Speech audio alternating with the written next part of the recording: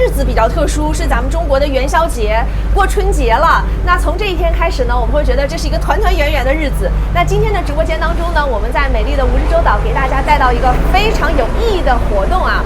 首先呢，我们会跟大家一同来发起在蜈支洲岛的海洋公益活动。但今天在直播间呢，还特别邀请到了我们2个重磅嘉宾，我会依次向大家来介绍。首先呢，应该是我们这个珊瑚公益的老朋友了，来自中科院南海所的张宇阳张博士。张博士先跟大家打个招呼吧。Hello， 大家好，元宵节快乐！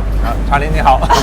其实一直以来都是在从事关于珊瑚保育啊，包括一些海洋保护的活动。那今天呢，我们还有一个新晋潜水员哈，来自 Into One 的高星辰，跟大家打个招呼吧。大家好，我是 Into One 高星辰，然后今天就特别高兴来这里。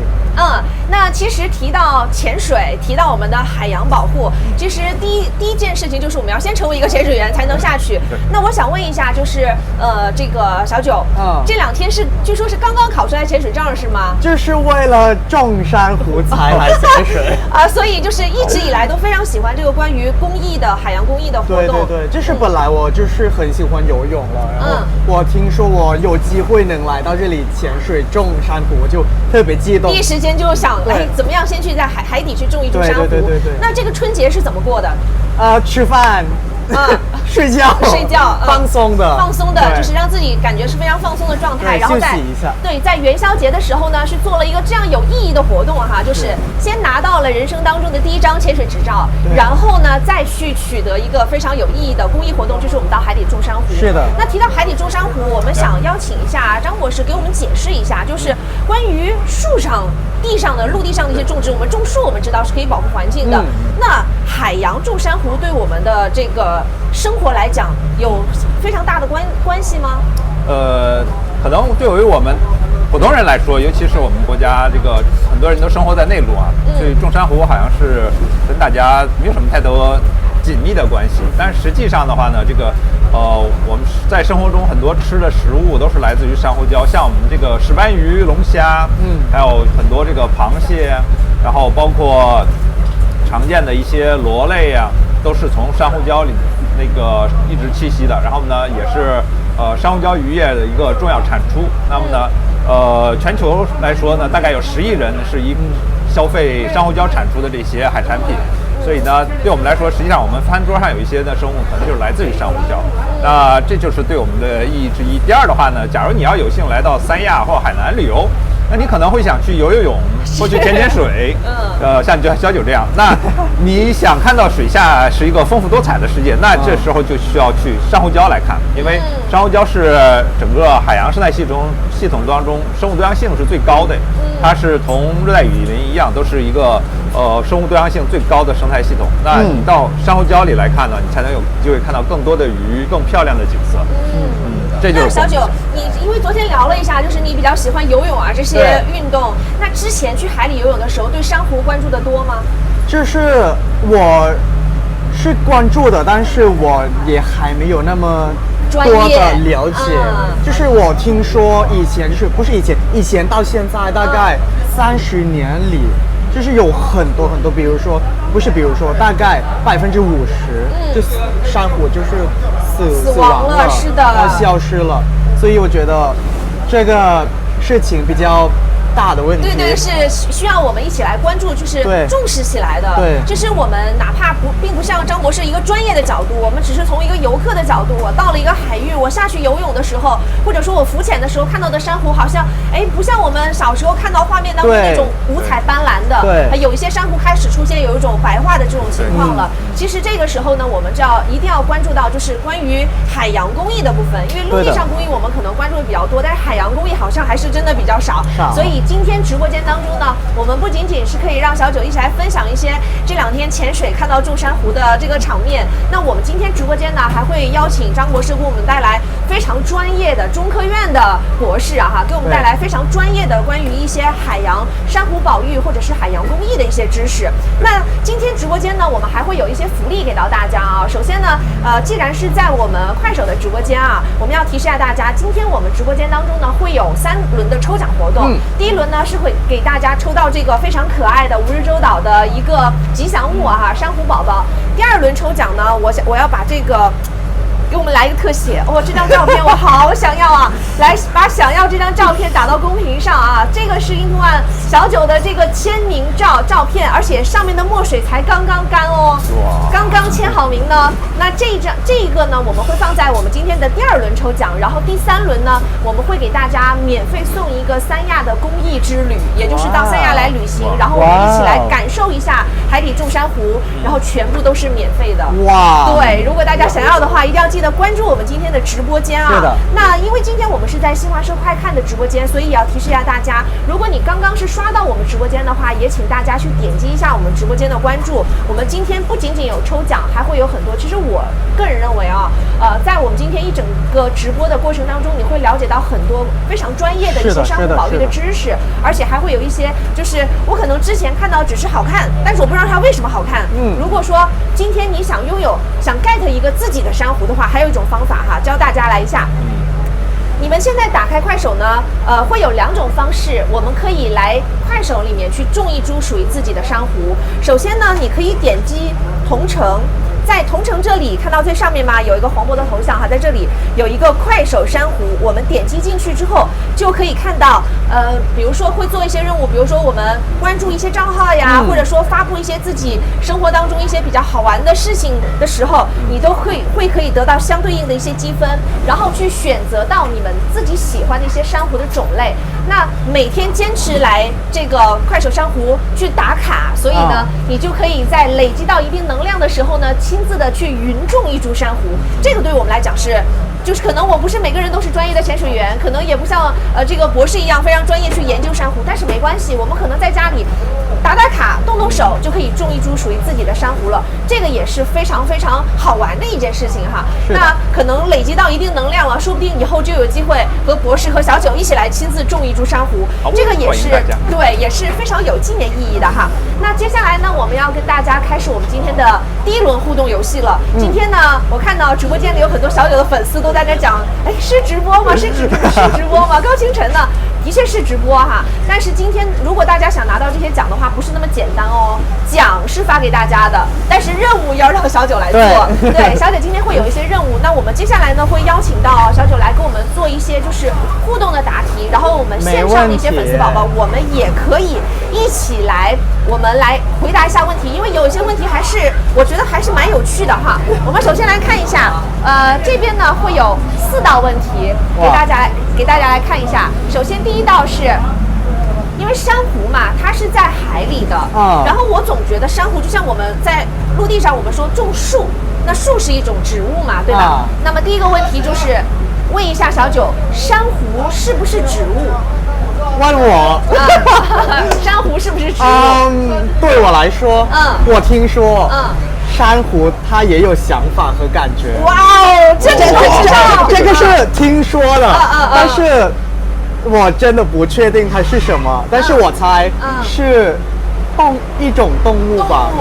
我觉得它是植物吗？大家觉得是动物还是植物？来，我觉得是动物。直播间的粉丝宝宝，你们可以把它是动物还是植物，把它打在公屏上。哎，你的粉丝都好聪明啊！是吗？他们都说不是植物，是吗？他们都说不是植物，全部都说不是啊！有人说是植物的，那我想邀请一下这个张博士给我们解答一下，就是珊瑚它到底是动物还是植物呢？实际上珊瑚呢，从分类学上来讲，它是动物。动物啊，对，但是它有植物的特性，就是因为它长在海底，就像植物一样慢慢的生长，然后呢，也会像植物发芽生长出叶子一样，它会生长出来，然后分叉。所以呢，它非常像植物，而且呢，它也靠光合作用，因为呢，它体内呢是有共生的藻类，这个藻类是植物的，所以呢，它通过藻类的光合作用呢，让藻类给它提供能量和营养，所以呢，它是有一定的植物特性的，但它实际上分类学上是个动物。所以就是很多人就是看到画面上的一些什么珊瑚，觉得它是在海里不动的。其实珊瑚呢，它是一种动物啊。所以我们再看到的话，来，我们再给大家看一下它的问题答案。哦，真的不是，它不是一种植物，它是一种动物。而且大家如果是真正对一些就是珊瑚有了解的话，你会发现珊瑚的种类还有很多。对，那张博士可以大概给我们例举几个就是比较常见的珊瑚种类？从我们国家的海域南海来说的话，比较常见的话就是风信子鹿角珊瑚。哎，这些在那个快手公益上都能种到的啊。中间鹿角珊瑚和美丽鹿角珊瑚，这是我们快手公益上呢是可以选择的。然后呢，当然还有一些更多的，像包括我们说的刚才这都属于鹿角珊瑚的一大类，那也是最常见的一种，那也是曾经的在我们南海的是比较分布比较广，数量比较多，也是优势种。那么除了此之外呢，常见种还有像那个鹿角杯形，它虽然也叫鹿角，但是呢，它实际上属于杯形珊瑚属，但是它跟刚才的鹿角珊瑚不一样，而形态长得是很像的，颜色也非常丰富，也非常可爱。它长得就像我们这个珊瑚宝宝一样，它是有一点点圆圆的，然后还有粉色，也有黄色，甚至还有绿色的。那还有一些是块状珊瑚，包括像冰珊瑚，那扁脑珊瑚就是我们曾经说珊瑚长得像一个大脑一样的那种叫扁脑珊瑚。这些呢珊瑚都是我们比较常见的种类在这边。也就是大家如果在三亚、在蜈支洲岛潜水的话，基本上看到的珊瑚种类其实还是挺多的。对，非常多。而且在这边潜水的话，小九等下可以很多粉丝宝贝在问说小九会游泳吗？我跟你讲，从昨天开始，他已经晋升为海底的潜水员了，是真真正正的潜水大家庭当中的一员了。对，所以等下你们也可以在这个水下无人机的拍摄之下看到张博士会带着小九去潜水哈，而且是亲自种一株属于自己的珊瑚。是的。那么接下来我们看第二道问题，海底的珊瑚礁是不是全部都由珊瑚来组成的呢？小九来回答一下。这个问题其实从我们的惯性思维哈，珊瑚礁肯定是一大片珊瑚。对。那我觉得珊瑚礁应该就是全部都是由珊瑚吧？小九你觉得呢？我也觉得。哎，这样我们让你的粉丝宝宝来看一下。对，我觉得是。帮一下小九好不好？我觉得是。到底是不是？他还有我看到有一个叫 A 奈的说不全是，这个问题回答得很巧妙。对，可能有一些是，有一些不是。有些是，有些不是。对，你觉得大部分应该是珊瑚吗？还是说会夹杂其他的东西？我觉得大部分就是珊瑚吧。还会有其他的吗？可能吧。可能有。那请张博士解答一下，珊瑚礁是不是全部都由珊瑚来组成的？从这个名字上来说，它叫珊瑚礁了，那就决定了呢，肯定是珊瑚是构成它的一个主体之一。那么从另一方面来说，就是珊瑚礁都是基本上是由碳酸钙的一些就是珊瑚骨壳，还有另外一种呢，就是像包括非珊瑚的就有贝类。那么我们常见的那些贝类的话呢，它的贝壳也是碳酸钙的，那它也组成珊瑚礁的一部分，因为它是在整个从地质学上来说的话，它是一个很长的时间，就是珊瑚的生长的话呢，那它珊瑚的骨骼和周边碎落在它周边的那些贝壳的，还甚至有这个造礁的一个珊瑚藻类，它也能形成碳酸钙的骨骼。那么这些呢，它都能够去把它的骨骼留下来，然后呢形成碳酸钙，甚至我们说的软珊瑚，就是我们在水下看到软软的、很漂亮的那种随风飘摆的随水流飘摆的那种，它的也有碳酸钙的骨针，所以呢那些的话它也能成礁，它只是成礁非常慢，它不作为主体，但是它也是成为珊瑚礁的一部分。那我可以这样理解吗？就是它本来是一个一小株的珊瑚宝宝，然后呢随着刚才您讲的，就是类似于它的骨骼一样慢慢长大，然后呢一群这样凑在一块儿，成为了一个珊瑚礁。中间还夹杂着其他生物的这些骨骼啊，还有它们那些其他的这种像包括我说的贝壳，死掉的贝壳啊，还有包括那些钙化的藻类啊，这些东西呢，它都掺杂在一起，最后形成了那种硬的一个礁石。了解。所以刚才直播间有个宝宝说它是，但是它也不全是，这个其实也是对的，对吗？就是又有珊瑚，但是它也会夹杂一些其他的东西。你的粉丝宝宝都好聪明哦。对啊，比我聪明。下一道问题，来，我们看一下这个问题的答案，就是不是哈，看到吗？它不全部都是对，所以这个问题的答案，看来粉丝在之前已经揭晓了。那后面呢？如果小九还遇到一些什么难题，就还是要帮助一下，对，帮助一下他哈。谢谢。再来看一下下一道问题。下一道问题是：珊瑚在海底生长的过程当中，会因为争夺生存空间而打群架吗？他们能打架吗？来，小九，所以你要考虑考虑哦。你要考虑一下。有一点奇怪的表情。我们3轮的奖品能不能正常发出去，就靠小九。打架呀？而不打群架。珊瑚打架，打群架，我因为我除了它会被那个水流飘飘的，我就不觉得他们会打群架吧。因为你觉得它好像，因为我们像潜水的时候看到，就是每一株珊瑚它好像都是固定在一个地方。对啊。然后呢，软珊瑚可能看到比较少一点哈，就是基本上我觉得它像一株植物一样，它是不会动的。对。那它到底能打架吗？这个我好像也有点，这个太有意思了。来看一下，很多粉丝都说会的哦，感觉会的，都说会耶，都说会耶。怎么打呢？求个科普。求个科普。可以。其实珊瑚确实不会像我们一样拎着折凳，拿着板砖去打群架，它不大可能，因为它不会动。但是呢，它有另外自己的方式来打架，就是珊瑚我们现在常看到的拍的都是骨骼，然后呢它是硬质的，但实际上到晚上的话，有一些珊瑚的触手会伸出来，会伸很长，能伸到20-30公分这么长，就是20-30厘米，它在周围飘来飘。对，它的触手会伸很长。那它的触手呢，就是带有刺细胞的，因为珊瑚属于刺细胞动物。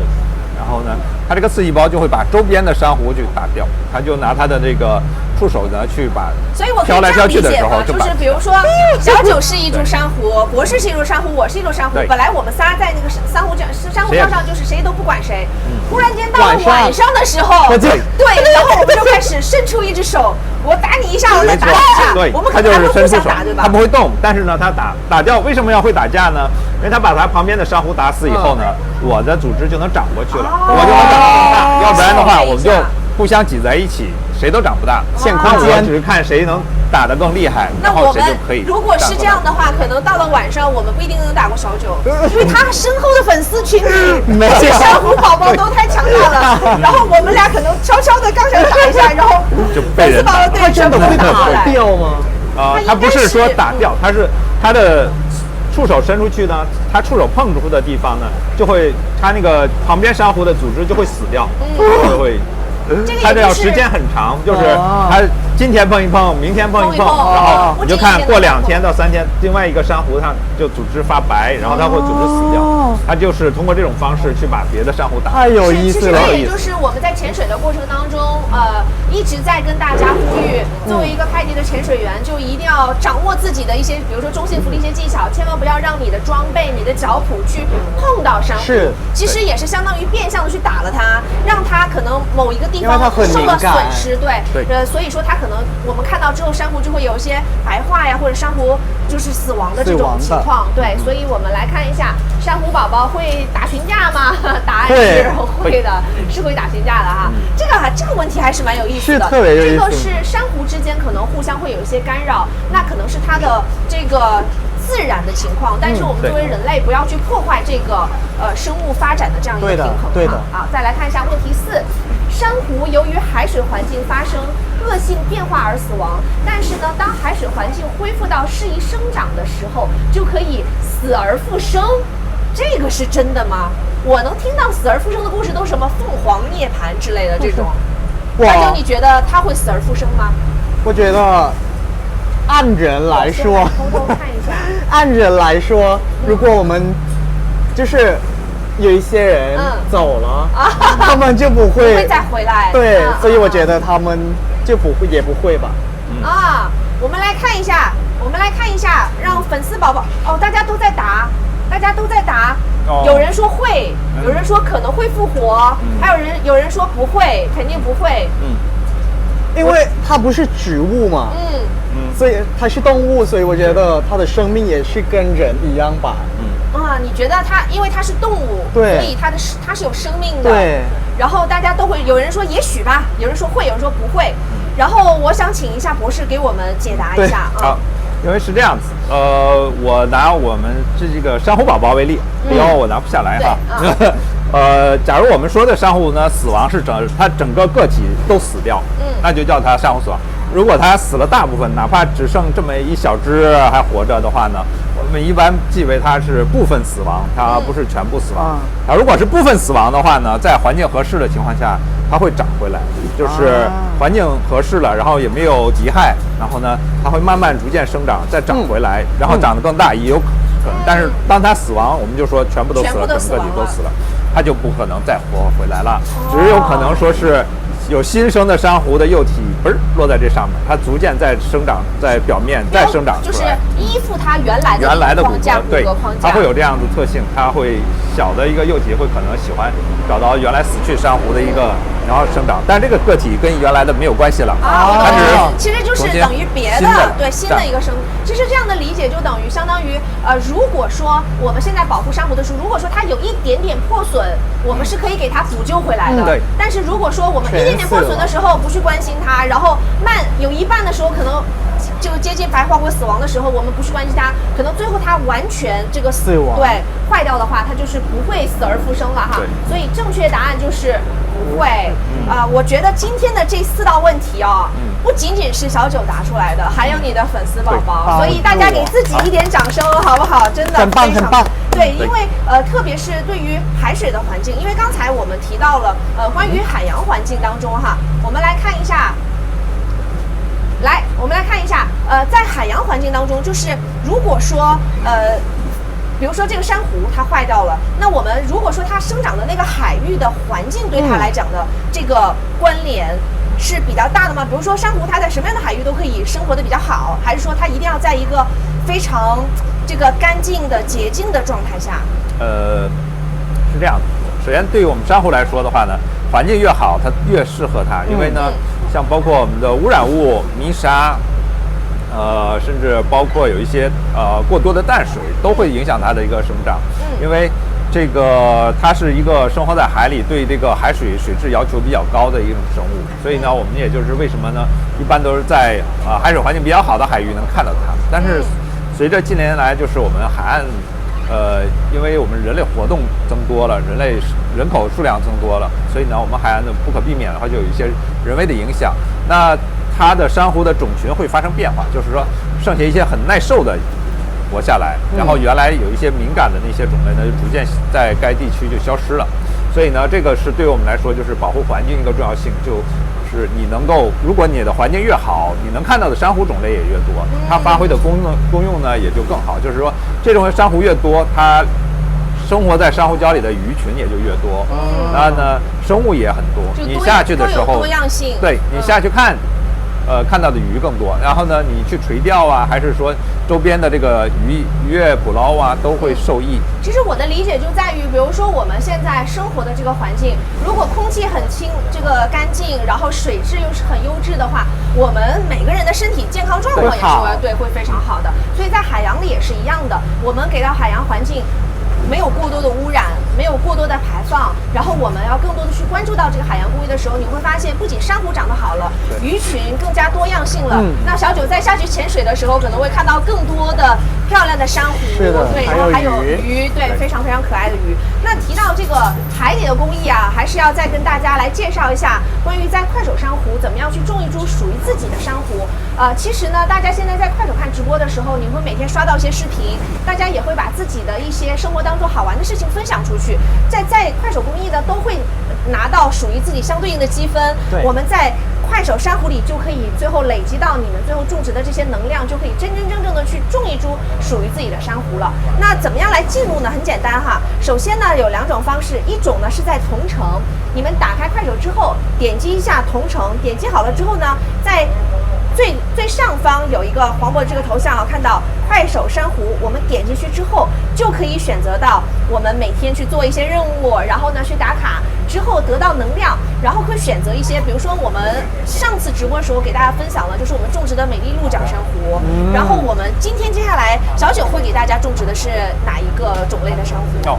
小九今天种的话呢是中间鹿角珊瑚。中间鹿角珊瑚，等一下我是比较推荐大家，就是等一下呢，小九种植的那株珊瑚的种类，你们就可以开始打卡，然后在线上跟小九共同一起来种植。那第2种方法呢也很简单就是你们选择在搜索在搜索栏，在这边有一个搜索栏，搜索栏里面直接去打这4个字就可以了。快手珊瑚同样也会进入到这个界面，在这个界面当中呢，也是可以直接进到我们想种植珊瑚的，在综合里面哈，在综合这里面再点击一下，看到吗？哎。今天点击的话，就是你这个 Into One 高清晨，就是你的照片。对啦，看到吗？在搜索里面打快手珊瑚，然后呢，在前面第一个综合，看点进去之后就是拯救珊瑚行动，就是这个了。所以我们很多喜欢这个小九的粉丝，大家就可以直接去关注到我们快手公益啊。那么接下来呢，要开始我们今天的第一波抽奖了，因为小九和应该说是和你的粉丝一起，因为有很多问题，小九也是模棱两可的，但是发现真的有很多粉丝答的。很厉害，很聪明，真的很棒。所以我们今天呢，第一波抽奖会给大家来抽这个蜈支洲岛的非常可爱的吉祥物啊，珊瑚宝宝。我们今天呢是直接给大家抽一个满屏。我们来看一下，我们就打6个字：拯救珊瑚行动，拯救珊瑚行动。拯救珊瑚行动，我们等下呢会截屏，截屏抽奖呢我们会是抽满屏的啊，就是只要你的字打对了。只要你的字打对了，截屏在上面的话，我们就直接会给大家做这样的一个抽奖。来，开始抽奖了。我们抽奖，打6个字啊，拯救珊瑚行动。哎，大家开始刷屏了，拯救珊瑚行动，拯救珊瑚行动。小九有粉丝问不冷吗？还好。我习惯了，这几天一直在这里。对，大家现在正好在刷屏，然后也请小九来，跟大家分享一下这2天潜水的一些感受。首先哦，我特别怎么说，感受到里面水，就是在潜水的时候，我觉得下面是不同的世界，真的是，就是跟我们上面走一走，就是行走的时候一点都不一样，是完全不一样。然后下面我就看到了很多鱼，比如说那个昨天我潜水的时候，我看到了那个狮子鱼，特别漂亮，就是长这么大，是，然后就是而且它的四周是会张开的，对，很像珊瑚在它身上一样，特别好看。然后就看到那个怎么说来着，那个白色，然后就嘟嘟，跟那个水母，对。你看到那么多，这2个都有5只、5、6只，那这2个你都要小心，都有毒。但是我不能靠近它，对，因为它有毒，对，是，对，特别保护海洋环境。我们特别是作为一个派地的潜水员哈，大家一定要记得，就是不仅仅是不要触碰这个海洋生物，因为有些海洋生物是有剧毒，有些呢它虽然没有毒，但是它很脆弱，对，所以我们碰它的话，可能就会对它的生命造成一些伤害啊。对，我看到大家都开始刷屏了啊，拯救珊瑚行动。那我现在就要开始抽奖了。好，满屏的定义就是我截屏之后，每一个截全名字的粉丝都会获得我们这个珊瑚宝宝。当然，如果你获得这个蓝色或者粉色，这个是随机的哈。好，我要开始。那小姐你来倒计时好不好？可以。我们开始5、4、3、2、1。3、2、1。好，截屏，我打开念一下名字啊。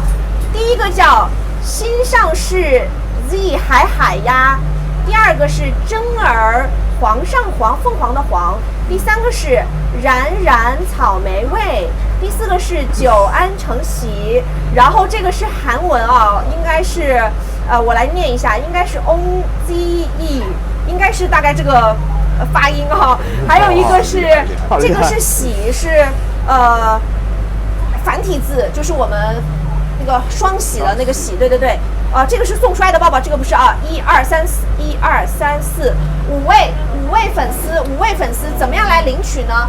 去快手公益的账号，就是你们今天在直播间里面，在快手公益的账号里面去私信他，把你的地址给到他们，然后呢，我们在这个应该是24号的。24号的对0点，22号的0点啊，之前一定要抓紧时间，就是今天最好今天马上下了直播，马上就去私信一下快手公益，然后就可以直接收到我们要给大家寄出的这个珊瑚宝宝，很可爱。然后我来预告一下下一轮抽奖，来，我刚才就已经看到很多粉丝在问了，啥时候抽照片呀？这个亲手签名的照片。这个上面的墨水才刚刚干，现在拿到我手里，我相信有很多粉丝就是现在已经就是蠢蠢欲动了，然后想早一点拿到。我们下一趴呢会给大家做这一个抽奖，所以一定要锁定我们的直播间。有刚刚进到我们直播间的粉丝，大家也可以直接关注一下新华社快看的我们直播间啊。那接下来我要开始进行下一轮了。其实下一轮针对于我们上一轮还是有更多的一点难度，对于小九来讲，因为啊除了我们刚才讲到都是一些问答题，就只要回答是或者是不是，但是接下来的这个呢还是有一些拓展的，就对于小九来讲会有一些难度。我相信小九这几天在拍地去考潜水执照的时候，应该也学习了很多关于海洋的一些知识。对。然后今天我们就是要等于把给小九来一个最终的考试。因为你看啊，现在看到的呢，虽然都写着什么导致什么导致什么导致什么，但其实呢还会有一些不同的，就是我们对于生活当中，我们比如说我们随手丢一个垃圾，或者说我们到了海边把一个塑料袋可能就顺手丢在这个海洋里了，都分别会导致哪一些不好的一些状况。然后我们在这里呢，先给大家来念一下哈。好，比如说依附珊瑚生存的鱼类死亡，这是导致其中的一个。然后气温升高，全球变暖，这是我们平常听到的比较多的啊。然后还会导致什么？海洋生态环境的恶化。哎，这个好像我们刚才一直在提到。对。然后珊瑚白化，直至死亡。刚才我们也说了，它死亡之后就不会再死而复生了。然后还有什么？沿海渔民生活受影响，这个是和我们人类息息相关的。还有一个就是二氧化碳的过量排放。这些小九有消化吗？有，可以大概的去想一想。可以。我们等下呢会让小九来进行一个排序啊。好的。那么我想请直播间的老铁们一起来参与一些互动。就比如说，我觉得是先二氧化碳排放了，然后导致，比如说沿海渔民受影响了这些。小九，你可以按照你自己的理解和大家来分享一些。可以啊。我就可以直接排，可以直接排。你觉得第一个是哪个？我觉得肯定是那个二氧那个CO2，对，二氧化碳。那我就先帮你放上去，好吧？可以。好，我怕错，没有问题。如果大家觉得小九的这个，我们直播间的老铁们啊，如果大家觉得小九的这个顺序有问题，及时在直播间里面帮助我，对，帮助他，对。然后呢，因为二氧化碳多了，肯定全世界会变暖，更热。有吗？哇，真的有！哇，这个有。气温升高，全球变暖。这个我学过。你看，你直播间我们很多你的粉丝老铁都在说相信小九，还有人说对你来说会不会有点太难了？没有，你们要相信小九，现在已经是拍地的全球认证的潜水员了，好吗？他已经拿到执照了。我努力。我不好意思，我看一下。来，好的。小九的逻辑是因为我们二氧化碳的这个排量过量了哈，然后才会导致气温升高，全球变暖了。它是从比较宏观的这个排放到气候，然后我觉得应该给小九一个特写，因为他真的很纠结关于这个。然后，我觉得是海洋生态环境恶化。先是排放过量，然后是气候过暖，对，然后就海洋被影响了，哦，这个是应该是对。下一个来，应该是海洋生态的环境恶化。然后呢，因为海洋的环境变不好了，我觉得是珊瑚白化致死亡。这个逻辑，对，我觉得它很有逻辑性哎，就是先是排放了，然后呢，排放之后二氧化碳过量了之后，气温开始升高，全球气温开始变暖之后，对于海洋环境会有一些恶化。对，海洋环境恶化了之后呢，那珊瑚会死亡，对，是在海里嘛，所以呢，珊瑚会有一个比较大的影响。好，我在这边把这个。为什么呢？我觉得因为海洋就是珊瑚的家，对吧？是。如果它的家变不好了，它也变不好。OK， 所以先从海洋环境一直影响到珊瑚之后呢，然后肯定鱼会被影响。哎，它这个排序还真的是挺有逻辑性逻辑很强的，海鱼是女生对哎不是，是这个，对吗？对，是这个，可能是，来，因为这个就是人了，我们直播间的海边的人，粉丝啊，直播间的粉丝，还有我们直播间的老铁们，大家如果觉得小九的这个排序有问题的话，及时来跟大家说一声哈。对，然后最后因为海边也有人就是住在工作嘛，所以我觉得最后是我们人会被影响的，所以就是这个从气候影响到海洋，从对海洋影响到珊瑚，对珊瑚影响到鱼类，最后鱼到人，来影响到人类。好，我来看一下。我觉得是这样排了，我也不确定。我们把这个答案再给大家来看一下，看看我们检查一下，看看小九他的这个心路历程啊，是不是比较有逻辑性？然后最后呢，我们再邀请博士来给我们解答一下，就是他的这一个逻辑对吗？恭喜你，全部答对，都答对了，是吗？厉害，其实如果从我的角度，我可能第一个想到的就是全球变暖，但是我觉得小九的思维还是蛮对的，是怎么样全球变暖？是因为我们二氧化碳的过量排放。对，因为它不可以突然变热变暖嘛，是的，它要有原因。是的，没错。那请张博士给我们解读一下，我们每一步是什么样的行为导致了我们每一步会有这样的一个，就是比如说生态恶化的这样一个结果。那首先关于二氧化碳，我们人类活动增加嘛，这二氧化碳排放过多，这个我就不想多讲了，因为大家都知道，就是包括我们这个工业啊、汽车啊，还有生活这个产生用电方面，我们都会造成二氧化碳的一个排放增加。那我们这些呢，排放到大气中的二氧化碳的话呢，就会造成一个温室效应。那我们整个全球气候的也在同时的话呢，它的极端气候的也会增加，就是相当于我们看到这种多少年一遇的台风啊，或者降雨啊，或者是甚至说有时候是极寒的这种天气，它会增加，因为它的大气更不稳定了。那这样的话呢，就会影响到整个这个海洋中的这个生物。那么对于珊瑚来说的话呢，它的生存要求的话呢，它的最好是保持在30度以下，就是大多数珊瑚呢，它生活在30度以下的温度是比较合适的。超了30度呢，它同共生藻之间的这个共生关系就会被打破，然后它会把那个共生藻排出去，然后就变成了一个珊瑚白化。那么就是因为共生藻呢是给它提供能量的，同时也是给它身体带来色彩的。当珊瑚排掉共生藻以后呢，它就变白了，就没有色彩了。它本来的这些绿色啊、蓝色、黄色、棕色啊，基本上都是它共生藻的这个带来的。所以它的白化其实就像我们人类生病了。对，那这个白化呢，就是为什么它会打破呢？就是因为共生藻在温度升高以后，它会产生一些有毒的物质。对于珊瑚来说，相当于我们体内的它就有害物质存在，它一定要排出去，它才能活下去。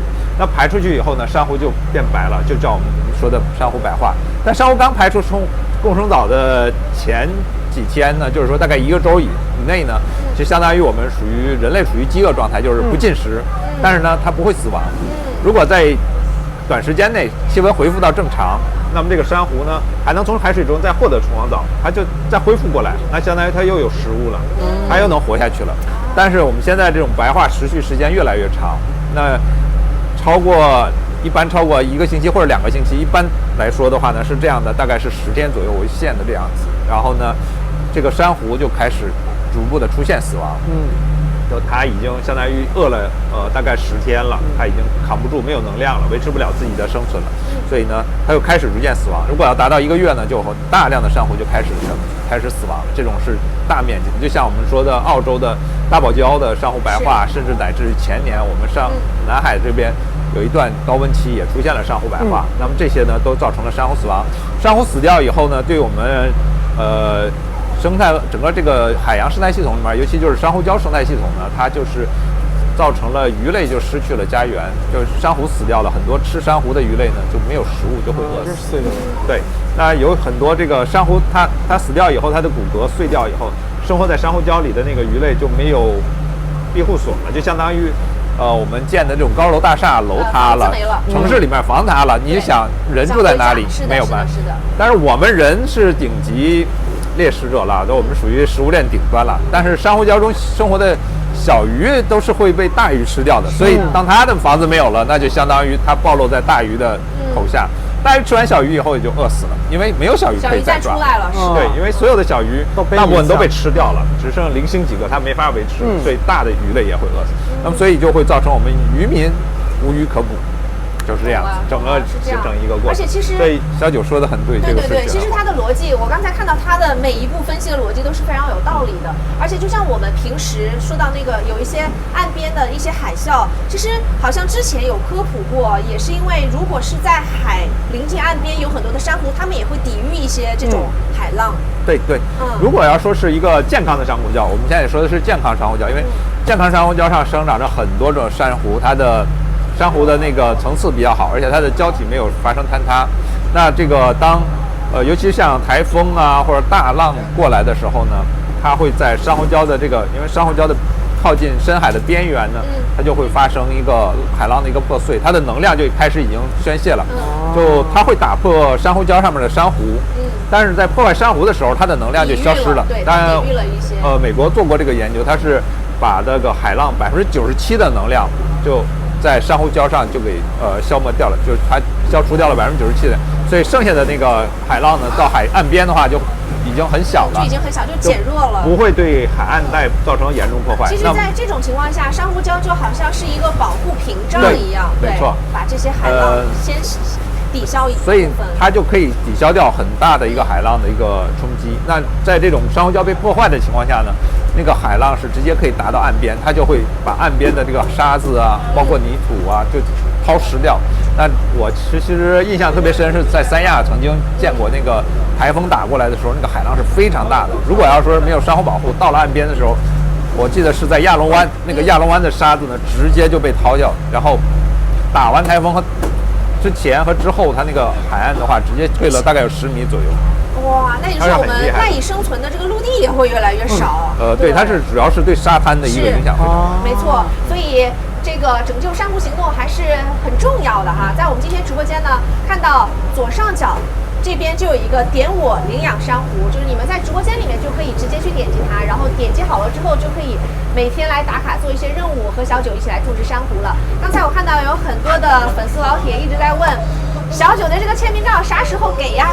那因为全部都答对了嘛，我们在抽奖之前先会给大家来一波福利，因为今天小九你这个逻辑真的非常的棒，真的很强。因为刚才大家还在担心，就是小九他对于这些理解是不是真的很透彻？你会发现小九他不仅仅是答对了，他每一步怎么样去选择的这个逻辑思维，它的解释也是非常通的。所以我们接下来呢会给大家来一个福利啊，就是我们会有一个微笑珊瑚的模表，然后让这个小九在现场给大家来拍一下，好不好？来，我们邀请工作人员。在这儿了。对，在这儿是吧 ？OK， 好，你可以打开。好，现在就拍吗？可以啊，可以，你可以演示一下，然后教一下我们直播间的粉丝怎么样。哇，你这样，你要再这样撩头发，大家都受不了了。没有，因为风太大了。它真的好可爱。好的。要拍视频的吧？是啊，你可以拍视频。好的。啊，你可以拍一个视频。这个是作为福利啊，作为福利给大家。然后等下你可以等下你可以把你这个画面给我们直播间的粉丝来看一下。好的，我拍完了。好，你可以拿在手上，那个我们这边的机位可以拍得到。再拍一遍啊，再拍一遍可以。很快。然后我们也可以，对，我们也可以一起来用这个珊瑚模表，然后去拍一段非常可爱的这个微笑珊瑚啊。天哪，你们知道可以了，这么近距离的去看到，小九真的好可爱。来，大家能看清吗？我看一下，镜头切过来是可以看清的吗？看到吗？应该看得到吧？哎，应该看得到，看到了。这个是小九呼吁大家一起加入到拯救珊瑚行动，用你们的能量一起来支持种植珊瑚。所以这个微笑珊瑚的模表也希望大家之后也可以拍好了之后直接上传到我们的快手，然后让大家一起来支持快手公益，好吗？好嘞，接下来我手里的这一张，我不知道接下来会送到哪一个幸运儿的手中啊。我们还是来刷屏拯救珊瑚行动好吗？这6个字，拯救珊瑚行动。这一轮抽奖呢是会给大家送出由小九亲笔签名的一个签名照哈。今天刚刚签好，墨水刚刚干。那它只是短暂的在我手里放了这么一下，因为接下来中奖的这位幸运的这个粉丝就会直接送到你的家中了啊。拯救珊瑚行动，太多人在刷屏了，对，太多人在刷屏了。我们再给大家一点这个刷屏的时间，让更多的这个粉丝进到我们的直播间里面来。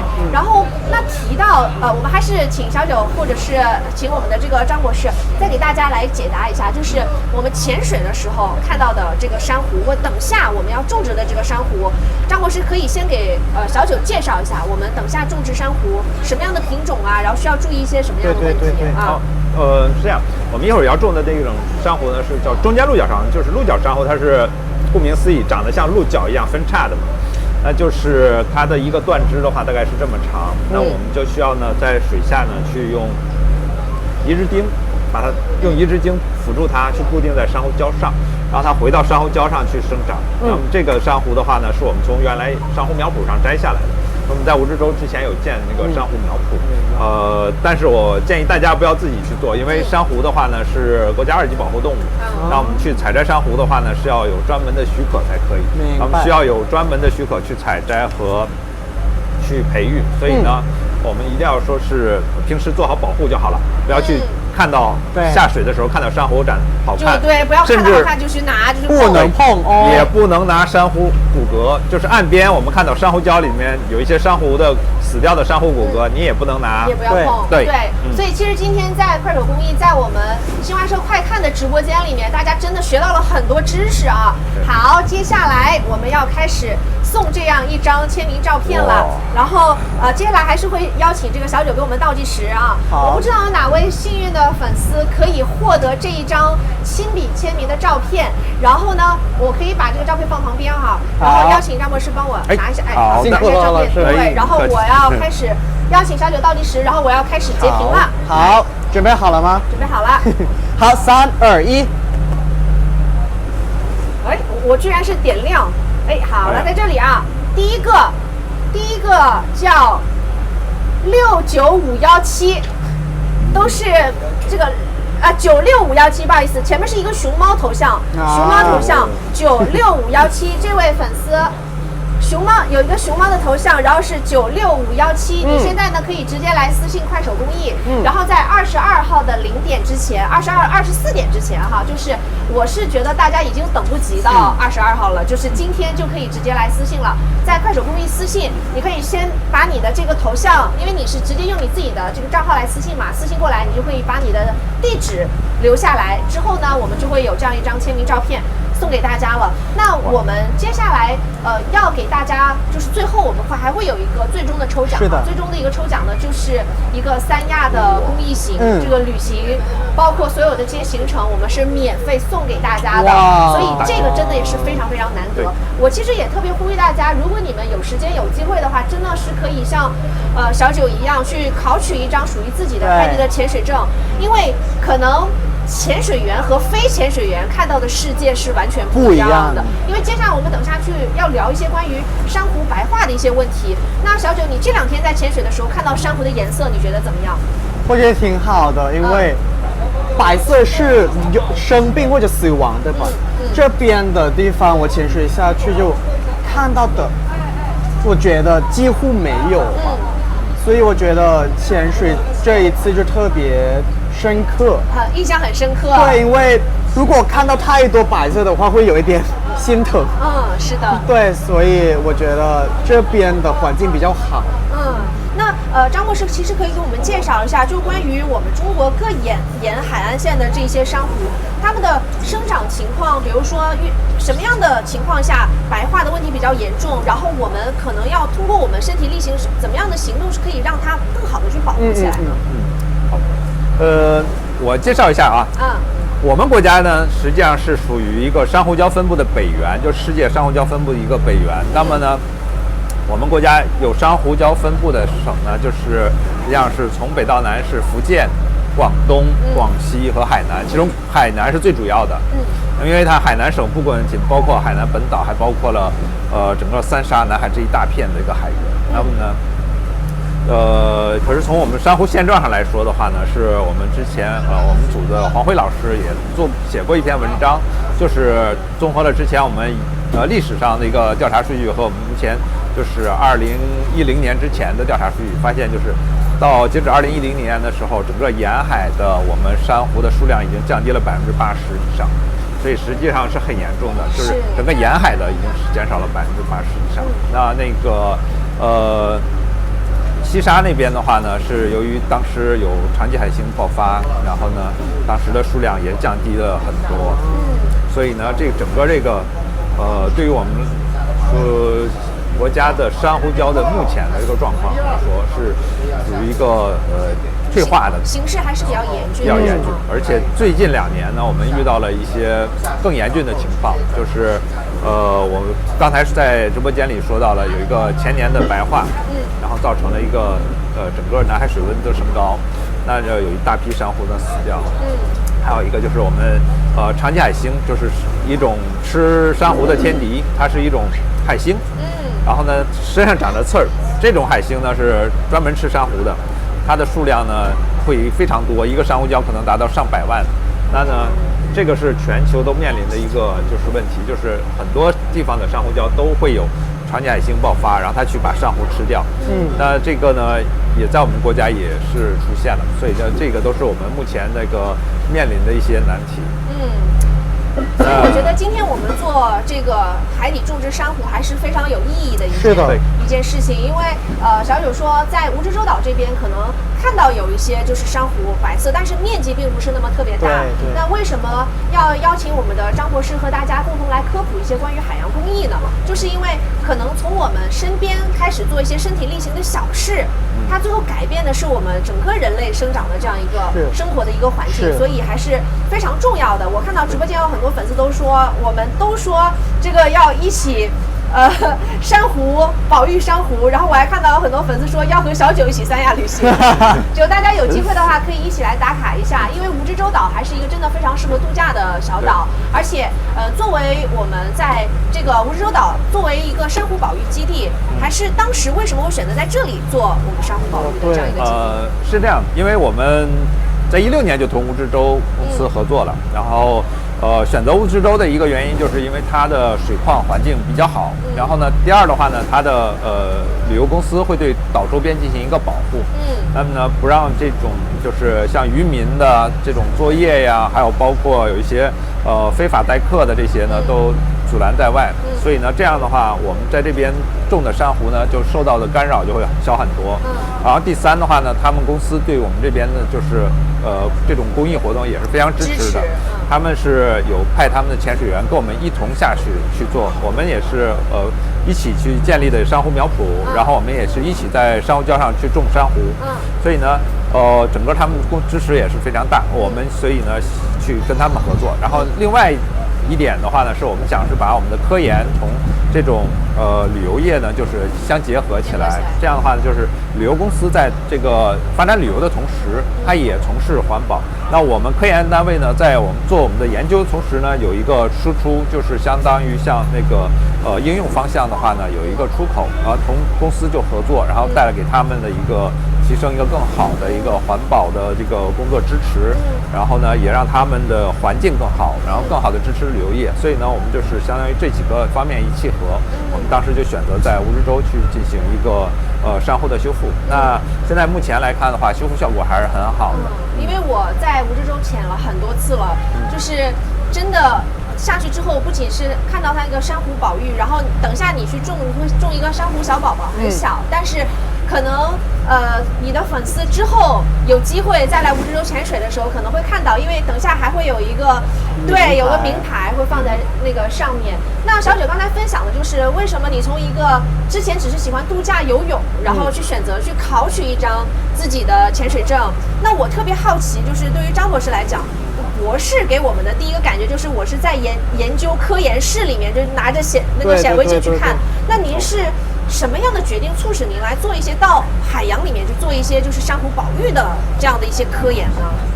实际上我从小就喜欢海洋，然后喜欢海洋的话，就肯定先关注的就是生物多样性最高的珊瑚礁，因为它的一个环境最好，然后它的生物也最多，所以呢，我就去学的这个珊瑚礁方面的这个专业，然后呢，再进到我们单位工作的，然后促成我的这个做这个珊瑚礁的话呢，其实从源头来讲，是我小时候看的一个从大西洋底来的人，其实老一辈。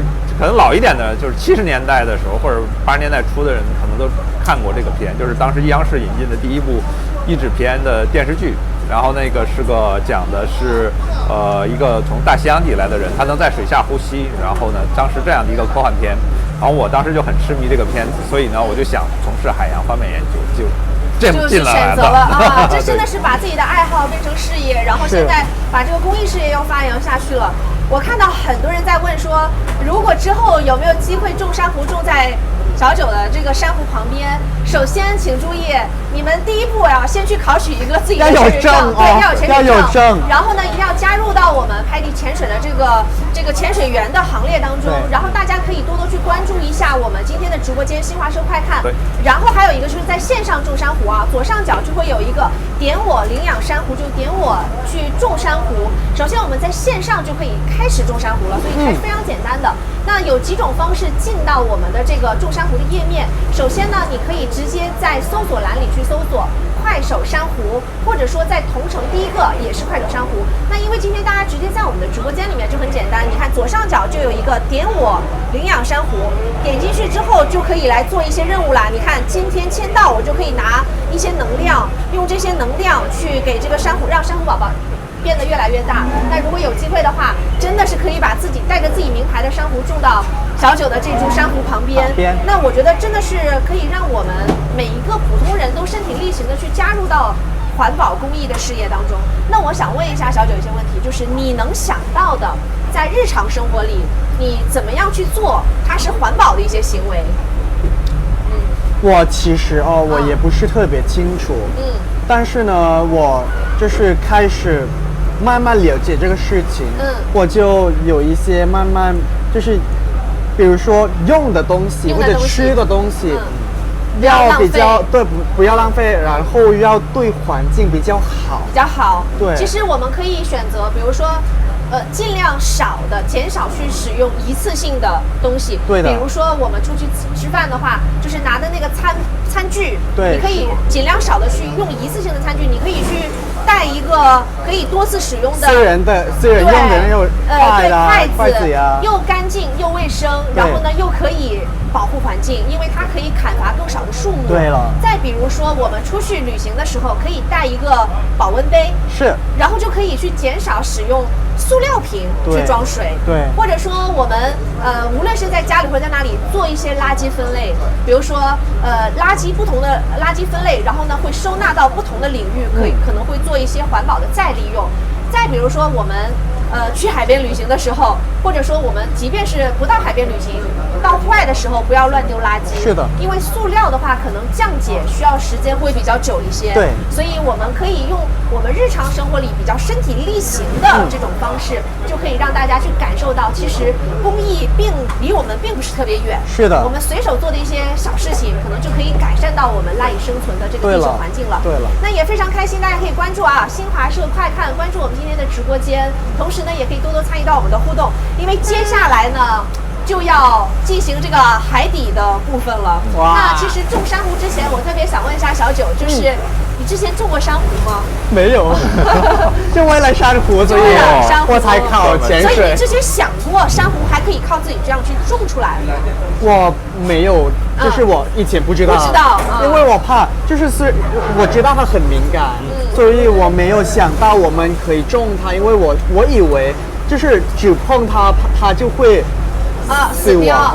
其实通过我们的努力，也是可以非常好的让这个珊瑚从小变大，或者说让一些稍稍有点生病的这个珊瑚开始慢慢的痊愈的。对。那我们接下来呢就要移步到我们这个种植的区域了，因为等下呢，小九和张博士要开始换衣服了，对吧？要开始打一些装备了。那我们其实可以给大家先介绍一下，张博士，你可以把那个要种的珊瑚拿过来给我们看一下吗？好。小九，我们可以一起到。可以，没问题。好，我们可以给大家来看一下我们即将要种植的这个珊瑚啊。哎，在这里，我看到它已经这个对，它有那个在里面了。盒子。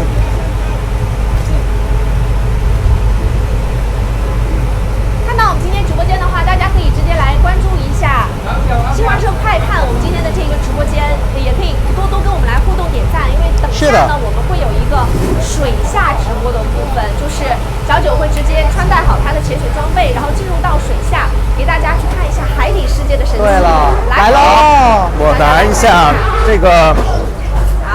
可能要放一下，放在这里，因为我是拿一个面镜盒成的简单的。OK， 好，它这个珊瑚的话呢，就它这个是，我们要种的大概一般是在5到10公分左右的一个长度。那我们待会儿的话会把这个绑到下面，它会逐渐的一个从这一支呢就逐渐生长大，大概到3年到4年左右就会长到大概20到30公分。所以呢，到时候就可以回来看。过2到3年以后，你看它会长到多大？对，它的这个珊瑚会长得更大一点。对。然后等下在水下种植珊瑚的一些部分，博士可能会跟小九好好的去讲解一下这个过程。对。那你们2位要去换装备了吗？是的，我要把这个先放一边，还有可以先准备装备。然后准备装备的话，因为博士和小九现在你可以去换衣服了。OK， 好的。好，我们可以先等待一下啊，因为博士和小九呢要去打一些就是我们潜水当中要用到的一些装备。等下他们的潜水服穿好了之后呢，我们会在现场给大家来演示一下，就是如果你们想成为一名潜水员，首先要用到的哪些装备都有哪些哈。那关注到我们新华社快看的直播间的粉丝老铁，大家可以点击一下直播间的关注，同时呢，也可以在我们的直播间里来选择种一株珊瑚。怎么样来种珊瑚呢？很简单啊，教大家几个进入到的通道。首先呢，你们可以直接在上面，在这里，在搜索栏里面直接去搜索快手珊瑚，看到吗？点击快手珊瑚之后，第一个点到综合。第一个，今天大家看到的这个上面的 banner 就是，这个小九了哈。你们点进去之后就看到拯救珊瑚，为爱守护。点进去之后呢，它会有几种不同的珊瑚种类可以供大家来选择。等下呢，会让张博士再给大家介绍一下我们今天种植的这个珊瑚的种类，大家可以选择一个小九同款哈。点进去之后呢，每天都会有，像今天我如果点击签到了，我会再多得100能量，然后更多能量呢会选择，比如说我们可以发布一些我们比较喜欢的自己日常的一些分享，比较好玩的一些事情。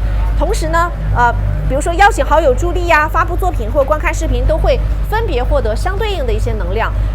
在聚集能量够多了之后，就可以种植一株珊瑚了。那第二个进入到的方式就很简单了，我们就可以直接来点击同城。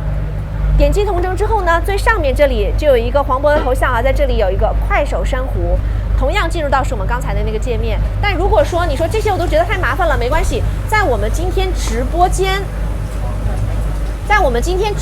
里面，大家就可以直接进入到左上角，点我领养珊瑚，看到了吗？直接点击下左上角，点我领养珊瑚，这个入口还是非常非常简单的啊，点进去就可以看到快手珊瑚，然后可以把我们今天的这些能量全部都领好了之后，就可以给这个珊瑚宝宝慢慢的培养，变得越来越大哈。那因为今天我们等下是真真正正的会在水下的一个部分去选择到种植一株珊瑚，就是我们在陆地上可能想到种植一棵树的话是挖一个坑，然后把这个小树苗栽进去，然后把土填好了再浇水，所以大家可以去想象一下在海底种植一株珊瑚到底是什么样子的。那博士已经开始准备一些装备了，我们等下会给大家来介绍一下在选择到海底去潜水之前我们要准备哪些装备哈。博士的装备打在这边了吗？来准备这边了 ，OK。好，那等下呢，我们会跟大家来讲解一下，就如果大家想成为一名潜水员，要怎么样通过自己的一些学习，通过这个拍地潜水，教大家怎么样去成为一名真真正正的潜水员。其实提到关于海洋的一些公益环境的保护，不仅仅是我们在岸边，在陆地上，比如说我们在沙滩上，即便看到了那个白色的珊瑚，哪怕它已经白化了，都不要拿走，因为海浪把它们带回到海里的时候，会有一些珊瑚依附在这个我们看到的白色的那些珊瑚礁上面，所以它还是会有其他的用处的。所以保护海洋环境，我们比如说打个比方，我们到蜈支洲岛来旅行，我们是把美丽的回忆、把漂亮的照片带回到家中就可以了啊！不要乱丢垃圾，也不要把海洋里面的什么小贝壳或者这些东西带回到家里，这对我们的海洋保护还是非常非常重要的。那我们等下呢会把这个要种植的珊瑚再给大家看一下，然后等下也会把我们穿好装备的小九和张博士再继续请出来，然后我再邀请一下，我们把那个珊瑚再拿过来一下好吗？那个珊瑚在那个面镜盒里面。看到大家说那个珊瑚宝宝和小九神似，你知道吗？刚才他在做那个微笑珊瑚这个模表的时候，我就在他旁边，离他特别特别近，他这样超级可爱哈！来看一下这个珊瑚，现在呢是放在海水环境当中了。然后因为它这个珊瑚现在是非常健康的，就是等下去种植的时候，你们会发现哈，那个珊瑚礁放的那个位置就是。很多地方，如果你们去潜水的时候，你们会发现，就是正是因为有各种各样的珊瑚、彩色的珊瑚或者是鱼群，那么你们在做一些海底潜水的时候，哪怕你是浮潜，你看到的景色都是不一样的。那为什么会说珊瑚礁就相当于是我们人类赖以生存的这个摩天大楼一样？对于海洋生物来讲，珊瑚礁真的是非常非常的重要。所以等下你们看到我现在手中拿到的这个珊瑚呢，会让小九和张博士直接把它种植下去。你看在下面，它其实就相当于我们种植树木的时候会挖坑之后把它填上去。那等下小九呢，他的工作量可能会更多一点，因为在陆地种树可能只要挖坑，然后种树，填平土再浇水，但是在水下的话，可能需要准备的步骤就会比较多一点，比如说可能还会用到电钻，就是要用到电钻，然后还用到一些绑绳和扎带，其实步骤还是蛮多的。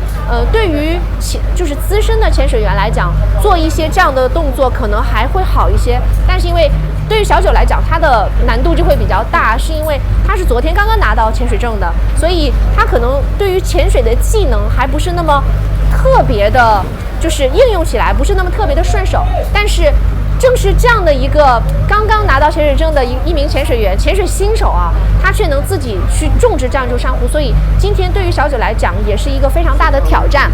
OK， 博士这边已经换好潜水服了，然后我把珊瑚拿到这边，可以给大家来看一下。我们可以在这边打装备吗？装备已经打好了吗 ？OK， 装备已经打好了，那我们的镜头可以移到那边了。对，可以给大家看一下。从这边下水 ，OK， 那教练，我们把那个装备 OK 拿到这边来吧。我们装备已经准备好了，然后今天也会有蜈支洲岛非常专业的教练来协助小九和张博士来进行水下种植。然后呢，我们也会有一个水下无人机，所以你们可以看到非常清晰的水下种植的画面。我们等下会从这个角度下水哈，大家看到水下种植的画面应该还是比较清晰，也是比较完整的。那等下装备打好了之后OK， 我们可以到这边来穿装备，装备可以到这边来。你们想不想看穿好潜水服的小九？好帅气啊，很阳光。来，小九，我们到这边来穿装备好不好？哦，对，哦，好 ，OK， 你可以穿好了过来。这个潜水瓶还是挺重的，所以他要带着非常重的潜水瓶，下去潜水的同时，其实我觉得对于他来讲，要做这些控制中性浮力的同时再去种珊瑚，挑战还是比较大的，所以我们可以在直播间里一起来给小九加油啊！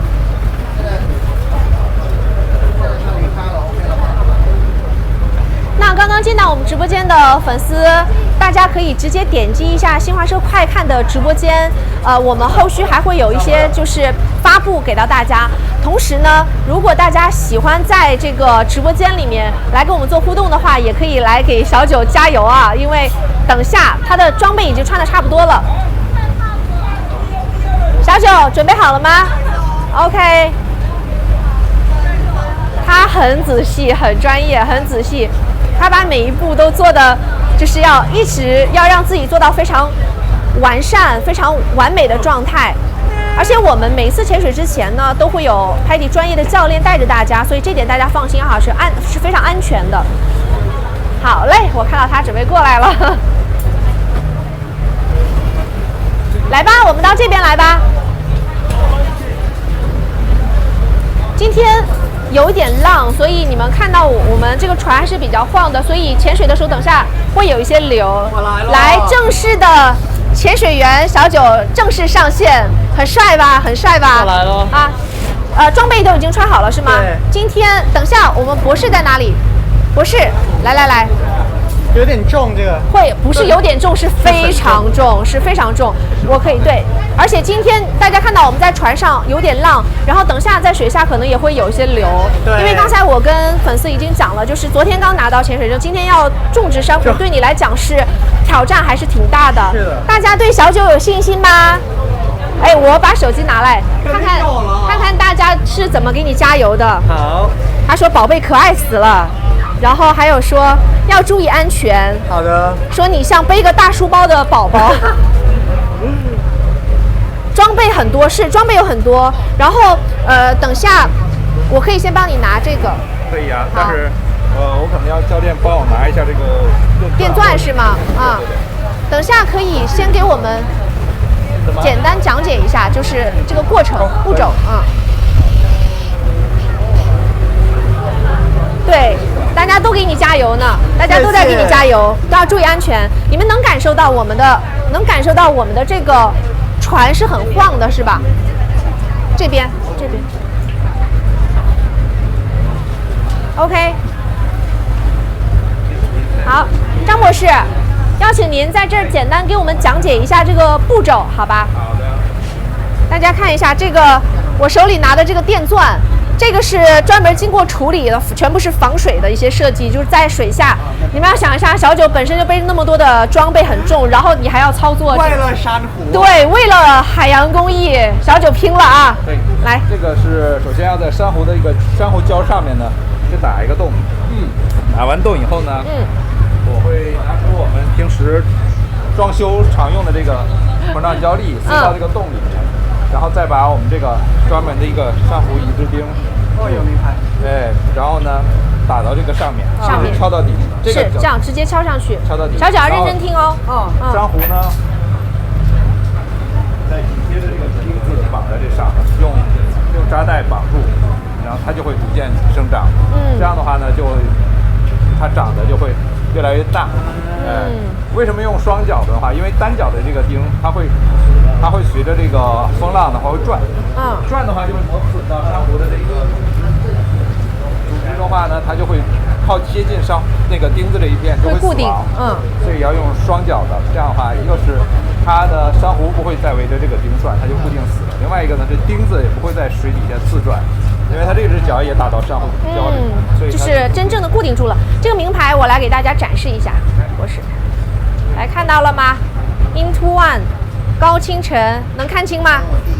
等下珊瑚宝宝旁边就会有一个单独的名牌种植在旁边，大家能看清楚吗？哎，能看清楚哈，能看清楚，就会有个单独的名牌种植在旁边。所以你们如果有机会到蜈支洲的话，可以一起来打卡一下，说不定就可以真的种一株珊瑚在小九珊瑚旁边啊。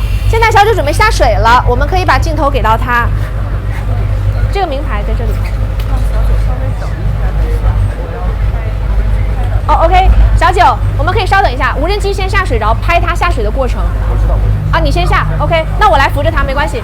小九，我来扶着你，没关系。看着我下一点。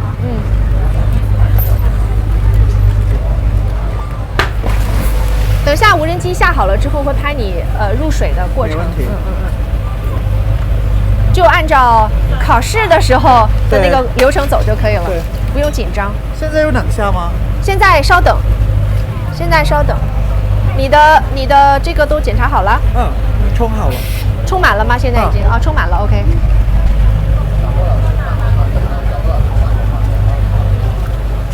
配重都带好了。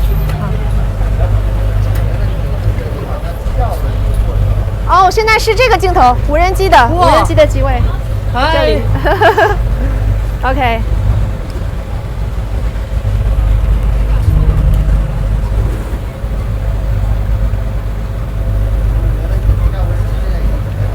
水下无人机准备好了吗 ？OK。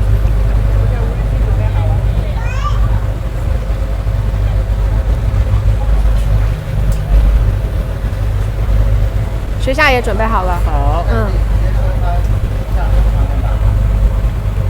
不用担心，等下下降的时候就按照调节你的耳压，因为今天有浪嘛，可能下面会有一点流。现在冷下了吗？有点重。现在有点重。OK， 可以下了。好了，我们现在其实可以切这个机位了，然后直播间可以一起给这个小九加油喽！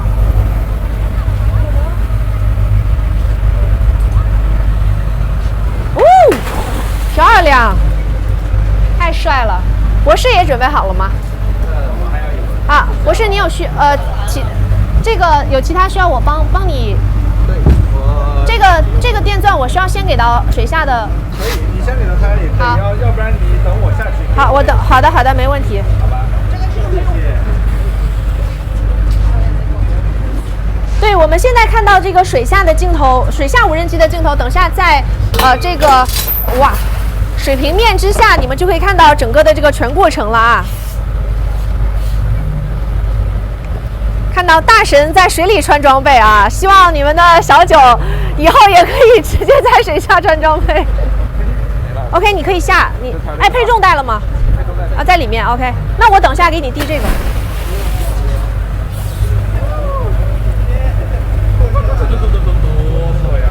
今天水很凉吧？还好是吧？其实现在还是相当于冬天哈，虽然说是在三亚，但是还不是水温不像我们想象中的那么暖。对，还是有点凉的。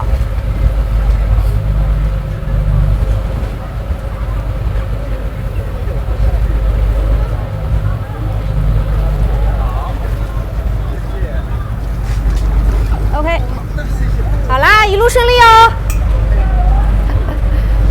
好的。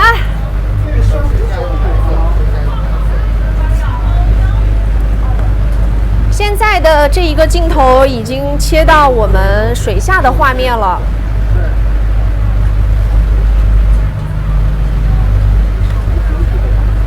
对，已经切到水下的画面了，就是大家不要担心，我也看到好多粉丝在担心，就是会不会有危险。首先呢，小九他因为昨天已经拿到了拍地的潜水执照，所以他现在已经掌握了所有这些潜水的技巧和技能，所以这一点大家不用担心哈，这是一。然后二呢，看到小九旁边呢有一个非常专业的来自蜈支洲岛的潜水教练，他会全程陪伴在小九的身边，来辅助他一些潜水的技巧，所以这一点大家也不用担心。然后在张博士种植珊瑚的这个过程当中呢，教练也会在旁边去帮助小九，所以这点大家不用担心安全问题哈。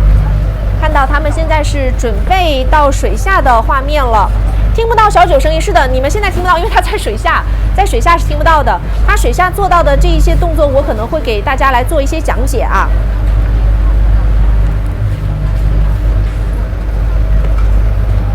我可能要一个无人机的画面，可能会比较实时。现在他们还在水平面，因为可能要先从我们船的位置稍微往即将种植珊瑚的地方去下潜。那我们可以看到，现在有很多的粉丝进到我们的直播间啊，大家可以直接在左上角看到点我领养珊瑚，因为小九现在是真真正正的在种植一株珊瑚了啊。那我们在线上怎么样和他一起同步来种珊瑚呢？在左上角有一个点我领养珊瑚，大家点击点我领养珊瑚就可以 get 一个同款珊瑚了啊！看一下，刚刚刚进到直播间的粉丝，大家可以直接点击一下新华社快看我们的直播间，因为我们会有非常多这个关于海洋公益、关于一些就是生活当中的一些新奇好物，我们都会在这一个账号当中和大家来进行发布哈，所以大家一定要记得关注。他们现在是已经远离我们的船了。但是现在还是在水平面上的。对，你看到我身后嘛？就是我身后，他们是一条直线，先远离到我们的船，然后再垂直下潜。小九吃饭了吗？这个时间他还没吃，他吃了早餐，早餐是吃的。然后我们下了播之后，他才去吃。哦，哎，博士的这个是不是没拿呀？这个，张博士。珊瑚，你们拿了吗？这个是不用拿下去的吗？他只拿了一株吗？啊，拿了一株是吧？他们拿好了是吧？那这株不用拿了 ，OK。他是拿好了一个要种的一株是吧？他说珊瑚没带，带了，珊瑚带了一株，就是他没把所有的都带过去。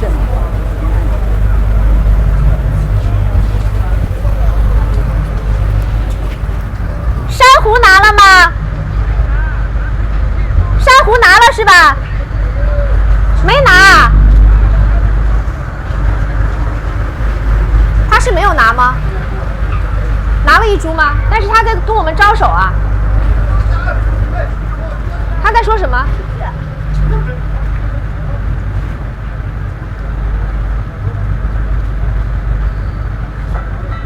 让他们送过去吗？珊瑚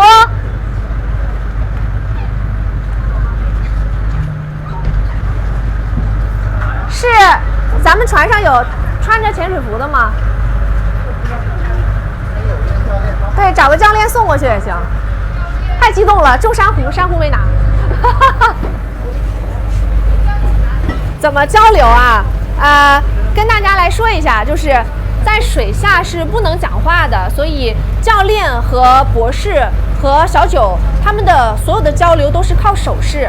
那靠手势的话，其实我们会有一些比较简单的手势交流，比如说，如果说小九在下水的时候，他觉得耳压不舒服，他就可以指一下耳朵，然后手这样。这个大家在去考拍地潜水证的时候，都是教练都会讲的哈。就比如说耳朵不舒服，或者是面镜有问题了，这儿有问题了，就是这些。虽然说小九在整个考证的过程当中没有直播给大家，但是其实这些比较简单的一些就是手势的沟通，包括什么样的鱼用什么样的手势，包括遇到了哪些问题该用什么样的手势，这些他都是学过的哈。所以即便在水下他们不能说话，但是还是可以通过一些简单的手势来沟通的。最重要的忘记带，对，他们有专门的手势。你是来拿珊瑚的是吗？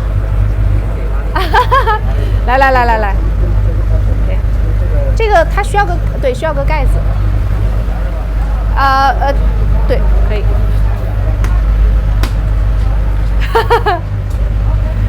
珊瑚不拿就中，高清晨，好可爱。我觉得这个等下要上热搜了。你是不是觉得少了点什么？少了什么？还好你们下水之前我看到这个珊瑚，不然到水下可能要芒种了。希望小九可以发一个考证的 vlog， 我也希望，因为其实整个考证的过程还是挺好玩的。博士回来取了，其实整个考试的过程还是挺有趣的，因为首先不像我们我觉得潜水是这样的，就是它不像我们想象中那么简单，但也比我们想象中的简单的多。因为在有专业教练的教学之下，你会发现，就像小九去排他所有的这个工艺海洋保护的这个逻辑一样。当你的逻辑通顺了，其实你学到其中的一些技巧的时候，每一个潜水装备连接的时候都会变得非常非常的简单。因为当有专业的教练带着你的时候，和你自己去浮潜那种效果还是不一样的。因为我特别能理解小九他刚才说，潜水之后他感觉自己进入到了一个全新的世界。因为有一个最贴切的这个说法，就是我们什么样的情况下可以感受到自己是失重的状态？要么在外太空，要么就是在海底。就当你的中性浮力好的时候，其实你可以完全放松的去享受，到这种非常惬意的、舒适的畅游海底世界的这种感觉。那你看到他刚才所穿着的那个潜水装备，就首先会有一个充气背心，它不仅仅是可以调节到它在水上水下的一些浮力，然后气瓶就不用讲了哈，它被称之为水肺，就是我们可以在水下呼吸。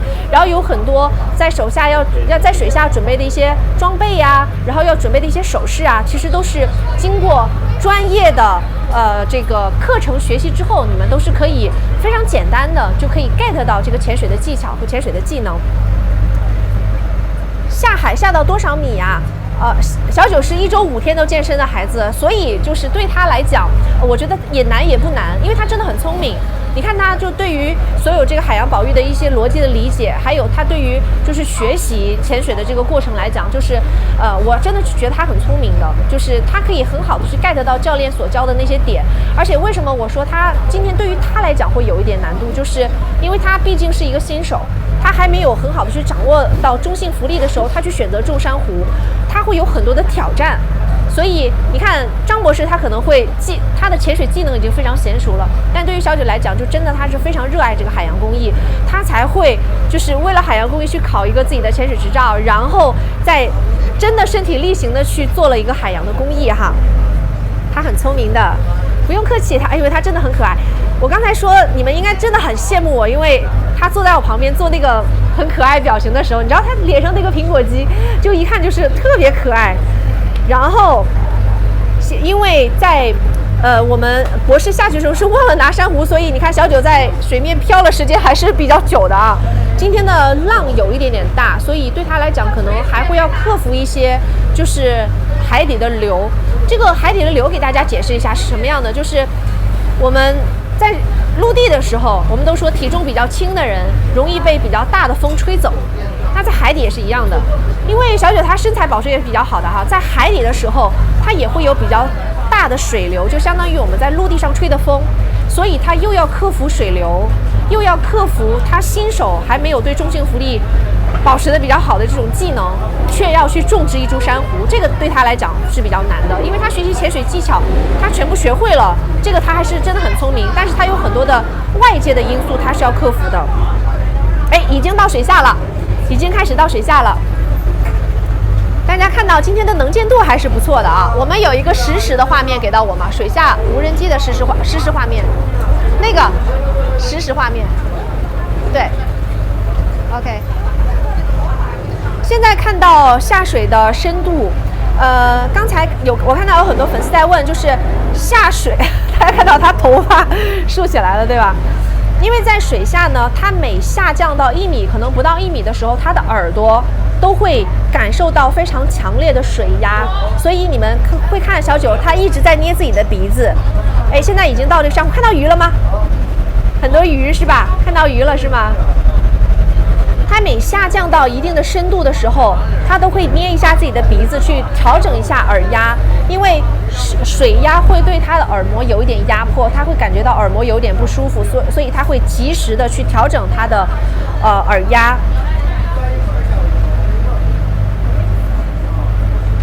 哇，真的好漂亮啊！大家看到这个海底世界，就是画面拍摄的颜色可能还会有一点就是偏蓝或者是偏绿，但我们用眼睛就是在画面上用肉眼去看的话，其实它的颜色还会有一点点彩色的，所以我们真正去潜水看到的画面和你们现在看到的画面还是有点不太一样的啊。现在看到那个你们看到那个白色的盒子吗？那个就是刚才忘记带的珊瑚。刚才博士去在水下想要种植珊瑚，他忘记带的这个盒子。水底画面已经反送过来了。通过画面我们看到，现在博士和小九已经开始准备要种植珊瑚之前的一些准备工作了。其实我刚才看到那个小九潜水的动作，就是对于潜水员来讲，他的潜水姿态也是非常重要的。然后小九潜水姿态非常的标准，是一个专业潜水员的样子啊。现在是先拿一个电钻，在这个珊瑚礁的这个珊瑚床上去钻一个洞，就相当于我们说种树的话，我们要先给它挖一个坑。但是在珊瑚礁上，你可能不会挖那么大的一个坑，所以先用一个电钻去把它种植到下面，然后再把一个膨胀螺丝钉按在里面，就像我们装修的时候想挂一个挂架，就会先放一个螺丝钉，先放一个膨胀螺丝。其实在海底看到珊瑚的种类还是挺多的。我们在水下种珊瑚的话，会有一些就是不同的种类，比如说美丽鹿角珊瑚啊，在我们今天直播间的左上角可以看到点我领养珊瑚，点进去之后呢，也会有不同的一些珊瑚种类去选择。中间鹿角珊瑚、风信子鹿角珊瑚或者是美丽鹿角珊瑚，现在是把固定的那个钉看到了吗？2个固定钉去把它敲进去，但敲的时候也会有一些技巧，就是不仅仅要把其中的一个扎进去，因为刚才博士有介绍了，海底的流是非常大的，海底的水浪波浪也是非常汹涌的。如果只是打一根钉的话，那个珊瑚种植下去之后啊，它会随着水波一直在向左向右这样游来游去，可能对于珊瑚的生长并不是特别有利。但是我们选择到的是要把两边，你看到吗？它是一个像 U 型的U 型的一个钉子，把它两边全部都种在这个珊瑚床里面，再把珊瑚绑到上面去。现在种植的这个地点啊，我看到那个剪刀锤子已经不足以让他们把这个钉子扎进去了。现在他们选择的是用海底的一颗石头。大家看到博士在操作的过程当中很稳啊，这就是我说为什么小九等下会面临的一些挑战。哎，看到吗？很漂亮的，这个就是小九刚才潜水的时候提到的狮子鱼，看到吗？那个狮子鱼，小九刚才直播的时候提到的狮子鱼就是刚才的那一条。不会感冒吧？不会感冒，放心。第一次看种珊瑚，这个鱼很好看，是的，但狮子鱼是有剧毒的，所以潜水的时候不要碰到。然后把这个钢钉扎进去之后，再用这个绑带先打一个圈，然后把珊瑚种植进去之后，把这个绑带来扎紧。刚才我介绍了一半啊，就是你看博士在操作这个的时候，他是很稳的，就因为他的中性浮力可能会掌握的比较好。对于小九来讲呢，他要克服很多的这个困难，其中一个就是他要非常好的去掌握自己的中性浮力。这个对于他来讲，是需要他把所有的这些潜水的技巧去掌握好，并很好的运用出来的。OK， 这样一株珊瑚，你看，博士用手去转动了一下，你看到他们在水下吗？虽然我刚才说虽然是不能讲话的，但是他们现在是可以非常好的去弄到一个手势，打一个 OK 就可以了。你看小九现在也是用到冲击钻，然后把它钻进去。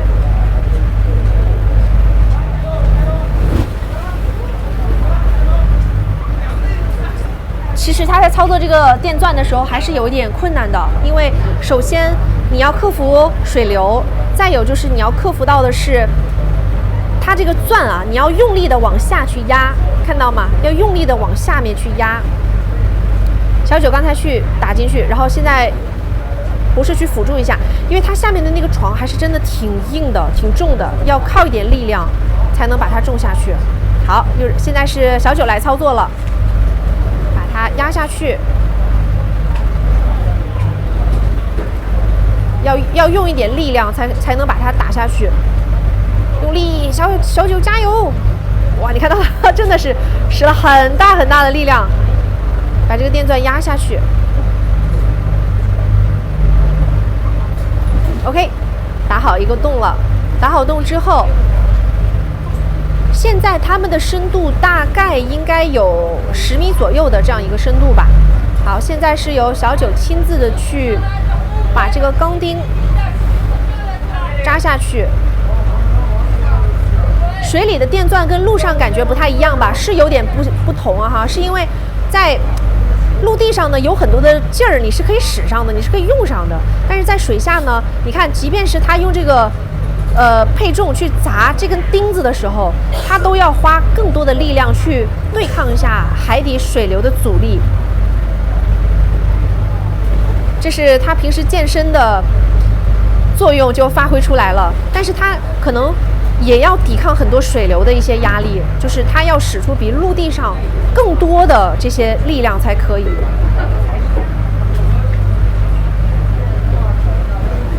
当话很多的小九不能说话时，你们有机会可以跟他一起来潜水，然后你就会发现你们在水下可能更多的是用手势，很有意义。是的，因为今天我们种植出的这个珊瑚，哎，它种得很顺利也很快哎，它已经把这个绑带扎过去了，然后把它要种植的这个珊瑚套进去。这个塑胶线会不会有鱼来咬？鱼是咬不到这根线的，因为它在珊瑚上也做了2重的保护。还有就是，如果说你们就是鱼会有一些破坏，或者鱼不小心把它弄断了也没关系，因为中科院的这个海洋保育的专家他们会定时到水下来查看。你们有没有发现一个动作，就是小九他在扎这个绑带的时候，很简单的一个扎绑带的动作，但是在水下就没有我们想象中的那么顺利。但是他学习的技能真的是很强。珊瑚长大不会勒到吗？不会，珊瑚是这样的，珊瑚它是向上面来生长，然后呢，它会把这个绑带给等于是可以把它就是吃在里面，懂吗？就是当珊瑚礁全部长大了，就是枝繁叶茂之后，它这个绑带是隐藏在里面，就看不到了。水里有一点点水，所以会抵抗一些水流的力量，就像我们游泳会觉得很累，我在水里游50米，我觉得很累；在陆地上走50米可能就不累，就是因为在水流当中，它会有一些水流的压力，而且因为现在小九它不仅仅是横向的水流压力，它还会有一些纵向的，就是它现在是下了深度了。它扎这个绑带还是很稳的，看到吗？他们在水下在比这个 OK 的手势，就是还是很稳的。然后现在是由小九亲自的把它的这个绑带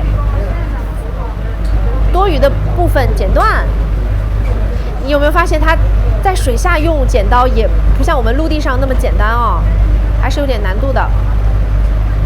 这应该是要开始种第3株了，等一下会把它的名牌放在下面，所以你们以后有机会来蜈支洲岛旅游的话，建议大家其实可以去报一些就是潜水的行程。现在蜈支洲岛也会有一个拍地也会有一个2小时就可以出那个潜水证考证的一个 DSD 的课程，大家就可以到水下啊，看到他的名牌了吗？看到他的名牌了，他在炫耀他的名牌，把他的名牌钉在上面。会感冒吗？不会啊，就是今天的水温虽然说相比夏天来讲可能还会有一点低，但是就是水平面下面的水温还是可以的，但是还是会有一点点凉啊，因为毕竟现在是冬天嘛。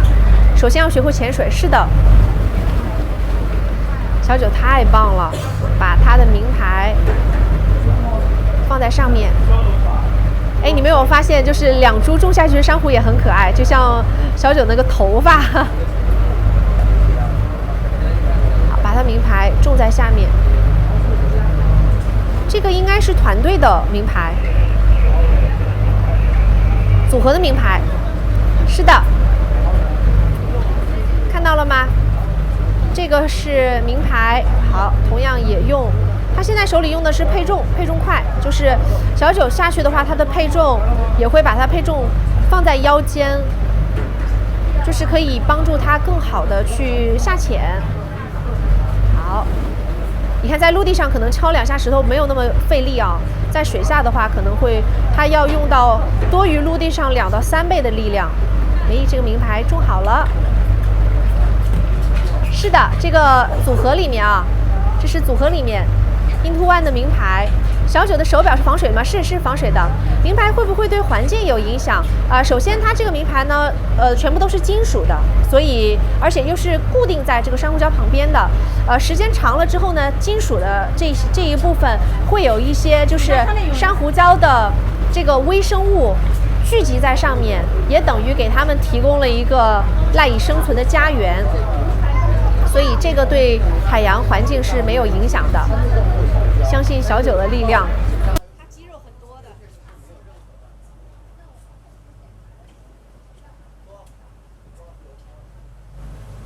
哎，看到它了吗？哎，大家有没有看到，就是小九它现在的中性浮力？你们有没有发现一点啊？就是小九在水里面还是很稳的，它没有出现上下漂浮的状态。看到吗？它没有出现上下漂浮的状态，它是很稳的停留在这个地方。这个就是我刚才提到它需要克服的困难之一，就是它要很好的去保证到它的中性浮力。这一点作为一个新手的潜水员来讲，小九做到的还是非常优秀的。因为刚才它下水之前，我会比较担心一点它的中性浮力可能会让它在有浪有流的这个位置会比较大的去干扰它的这些因素。但是今天看来，小九的表现还是超出于很多新手的范畴，还是非常优秀的。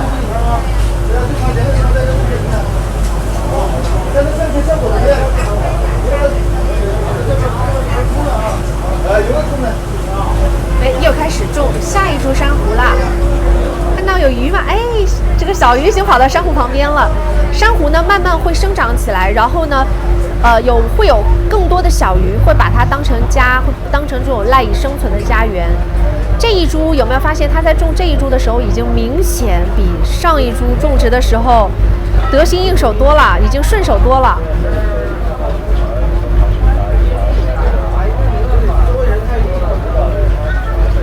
把这个绑带扎过去，因为绑带当中它有其中的一个孔还是比较小、比较细的，所以又要抵抗一下水流，然后又有，要管理好自己的一些就是潜水的时候要准备掌握的一些技能，还是有点难度的啊！你看这个绑带弄不好的话，这个珊瑚还是会出来，然后小九及时进行了调整。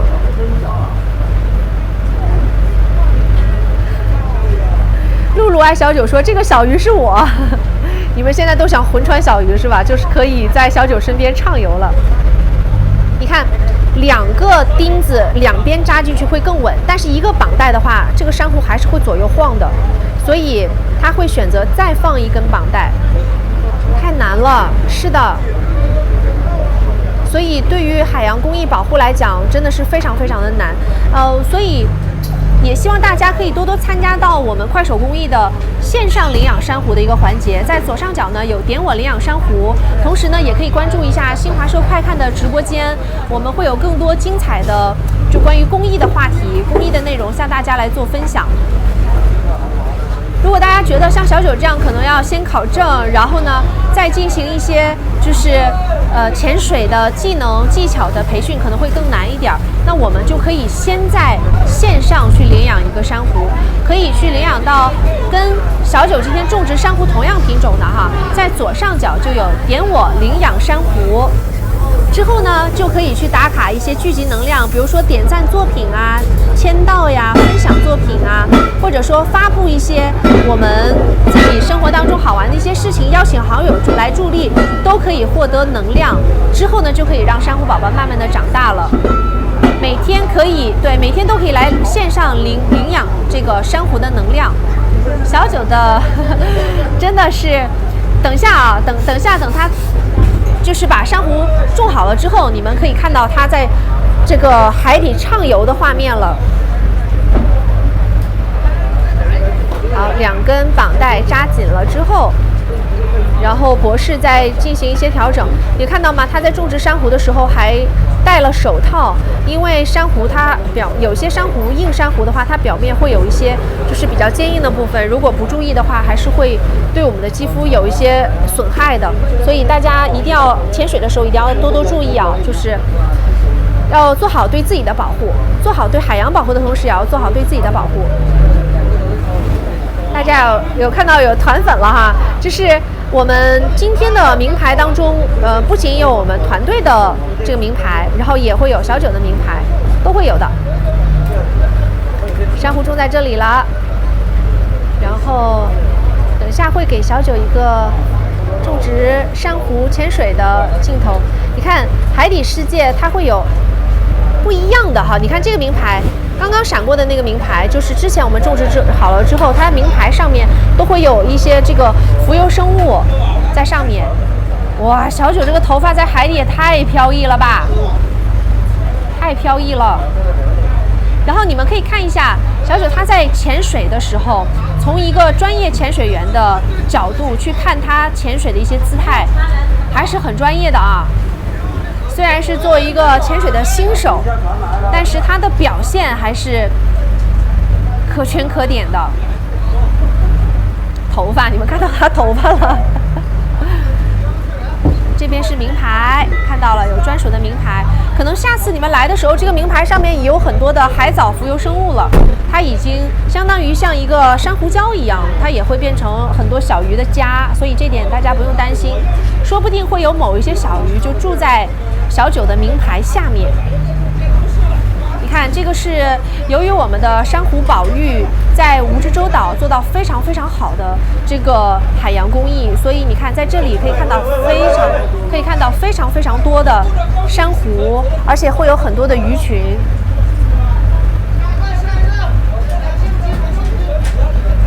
看到他们在潜水。那如果大家看到，我看到有宝贝提醒电钻别忘了，去的时候珊瑚别忘了，回来的时候电钻别忘了。你看到吗？他在招手，在跟我们招手。好，大家可以点击一下左上角啊，点我领养珊瑚，也可以点击一下新华社快看的直播间，看到潜水员小九上线了，很可爱啊，看到非常非常可爱。然后他在潜水的时候，你看到他的这个角度，包括他潜水在左右看，就是你们看到的这些海底的画面。你看他在比 OK 就是他现在所有的这些潜水都没有什么问题，他现在准备升水了，准备从画面上升起来。好，已经升水了。我们应该是可以看到，在我身后的位置啊，在我身后的位置现在已经开始升水了。很开心一起做公益啊！大家可以和小九一起来做公益，可以点击一下我们左上角点我领养珊瑚，点击左上角点我领养珊瑚，可以加入到我们小九的海洋公益的这个环节当中。同时呢，也可以点击一下新华社快看，因为我们今天给大家带到的呢，这一个真的是非常非常难得，由快手公益和新华社快看联合发起的拯救珊瑚行动，别让爱姗姗来迟的一个公益活动，在蜈支洲岛。现在我们画面已经切回到我们的现场了，我现在身后垂直，我身后的位置是他们会慢慢游回来，然后水下的这个画面呢是会拍到他们游回来的过程。我看到大家已经开始给小九掌声了，等下呢他到我身边的时候呢，我会再一次邀请大家刷屏掌声啊，或者是小九很棒之类的，我会把这个刷屏给他看。因为对于小九来讲，这真的是非常难得的一种体验，不仅仅是他身体力行的去加入到了海洋公益，更重要的一点，对于一个新手潜水员来讲，他能做到这样的操作真的是非常非常的不容易。他克服了很多的困难，克服了今天的风浪，克服了水下的流，克服了我们说只有专业潜水员才会做到的非常优秀的中性浮力，还要克服在海底要拿到那么多的装备，还要亲自的去种一株珊瑚。种珊瑚的过程当中还会有一些就是比如说克服到水流啊、压力啊，他把这些全部都克服了，都做得真的非常非常的棒。所以小九真的是很棒哈。大家可以点击一下点我领养珊瑚，在左上角哈，左上角看到吗？拯救珊瑚迎三亚公益行，我们等下上来的时候呢，就会有一个抽奖的活动，抽奖呢会给大家做到这个三亚公益行的一个免费游啊哈，是有一位朋友会中奖，所以今天我们直播间的粉丝老铁千万不要错过，我们等下会有这样的一个抽奖。那点击拯救珊瑚的话，哎，我看到它的这个画面现在又回到这个水下了。来看一下这个画面，又回到水下了，是做一些什么样的调整吗？又回到水下了，他可能在做一些水下的调整，然后等下我们上岸之后呢，会请小九来聊一聊他刚才在水下种珊瑚的一些感想。你看到水下这个鱼群了吗？你们能看清吗？那种长条的，非常非常漂亮。在蜈支洲岛能看到的就是潜水的场景还是非常非常多的，所以如果你们来潜水的话，你看全部都是好多的鱼哦，很多鱼。然后小九现在又回到水下了，在这里找小九还是很好认的啊，因为博士的头发比较短，小九的头发就是比较飘逸，是这种比较飘逸的感觉。他现在在水下，然后我知道了，他们可能从水下的部分，往我们船这边游一游，在水下，还是一个很专业的姿态，潜水的姿态。你们觉得小九潜水的动作啊、姿势啊，你们觉得怎么样？对，他头发真的是很好辨识。你看，从这个角度已经可以看到我们的船了。你们觉得他们，你们好可爱，你们好可爱啊！说是忘拿电钻了吗？还是忘拿剪刀了？深海恐惧可以考证吗？想去种，其实是这样的，就是只要你会游泳，其实不会游泳也可以考。但是我比较建议大家还是不要对水有恐惧，因为在水下的话，如果有一些意外的情况，你要保持到自己的镇静。其实海洋并没有我们想象中的那么可怕，但是我们对大自然要一直保持着一个敬畏的心理哈。所以如果有机会的话，你可以先选择一些浮潜。如果你觉得浮潜觉得对海还是蛮喜欢的，可以去海底考一个潜水证啊。小九和博士上岸会把头发擦干的，不会感冒，这点大家放心。直播间的粉丝大家可以点击一下左上角有一个点我领养珊瑚的这个画面图片，看到了吗？点击好了之后就可以进入到我们领养珊瑚的这一个环节了。同时呢，也可以点击一下新华社快看直播间，我们可以点击一下关注。之后呢，会有更多的非常专业的关于公益呀，关于我们生活当中一些就是我们大家比较感兴趣的内容，会给大家来做分享。从它的画面已经可以看到我们的船了，这个船呢也对，从这个位置可以看到潜水服小九，再让我们看看看到水上的那个画面，就是它现在已经从水面开始慢慢的往我们这边来游了。有珊瑚玩偶吗？我们上一个珊瑚玩偶给大家抽奖抽过了，如果大家喜欢的话，下次来蜈支洲旅行的时候可以选择这个2个珊瑚宝宝。我比较喜欢这个蓝色的，因为它的眼罩是可以，就是潜水镜嘛，可以摘下来当一个小眼罩，很可爱。应该饿了吧，小九？他的体力消耗应该会比较大一点，因为刚刚就是我们早上吃过早餐，中午还没有吃饭，所以他的体力消耗应该是会更大一些的。2个镜头的天好不同啊，是因为我们在船里面，所以里面可能会要调得亮一点，后面的天可能会过曝。然后给大家解释一下，为什么你们看到小九的那个画面会比较暗一点，是因为我们在水下看到的颜色和在水平面啊，就是水下的颜色，空气当中看颜色是不一样的，所以那个水下相机调出来的颜色是适合海底的。你们刚才看到小九在种珊瑚的时候，那个海底不是特别清楚吗？不是颜色特别蓝吗？它调成是海底模式，所以它回到水面上的时候，可能你们看到天可能就会比较暗一点啊。对，今天要吃汤圆了，是的，马上就要上船了，他们在这个位置游回来的。他们是从这边吗？这边 OK， 那我们的画面可以跟过去吗？我们可以有个机会跟过去吧？对，在这里，在这里，这边其实可以有个机会。Hello， 我来帮你们拿装备。小九，你的装备可以给到我。OK， 慢一点，不着急。其实锤子也忘拿了。是，下面人在讲，他们说锤子忘拿了，电钻忘拿了。啊，来，我帮你拿，你把装备给我就好了。你要的。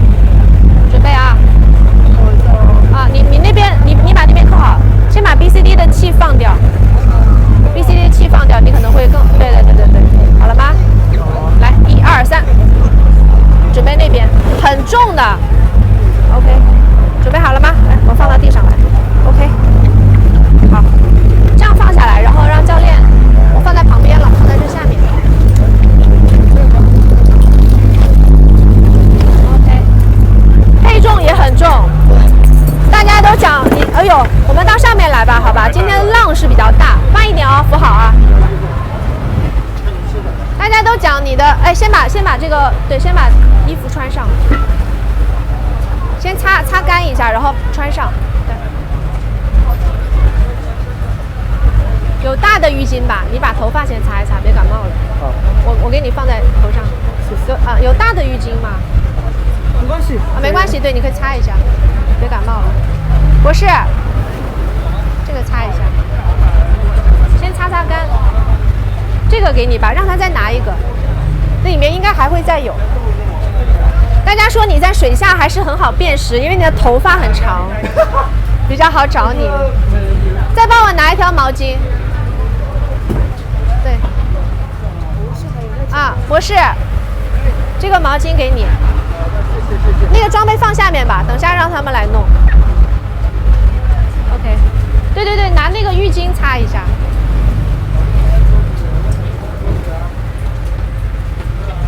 给，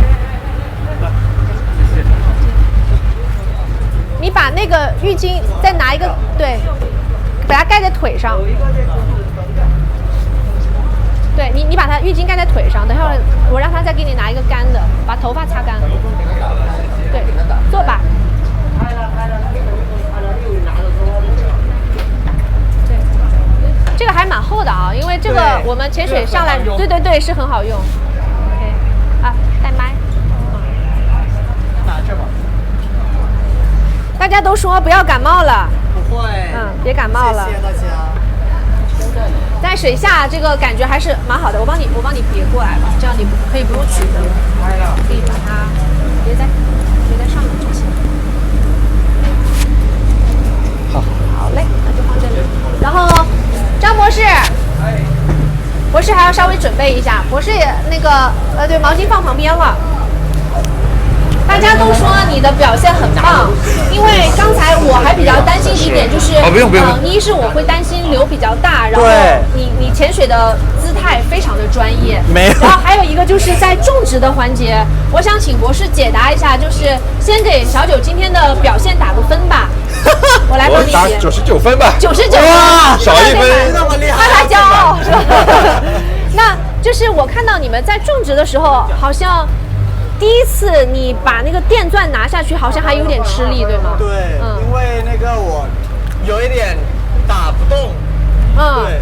那是我的理解是在水下它会有一些跟水流对抗的这个力量吗？我觉得有，但是主要是就是我刚学嘛，3、4天，然后今天对我来说就是水流对比较大，然后就有一点难控制，就是要在那里飘。但是中性福利哈，但是你们知道吗？我在刚才的画面里去看，我还跟直播间的粉丝在分享，我在画面里去看你很稳。没有。画面拍出来的你在种植的时候很稳。是吗？就是给大家解释一下中性福利，就是打个比方，我们要在这个位置去把珊瑚种下去，如果水流大的话，比如说小九他在游过来了，他本来想在这里种植珊瑚，但如果他不稳的话，他可能被吹到其他地方去。对，但是我在画面里看到你的操作还是很稳的。那他其他的一些流程，博士觉得他做的怎么样？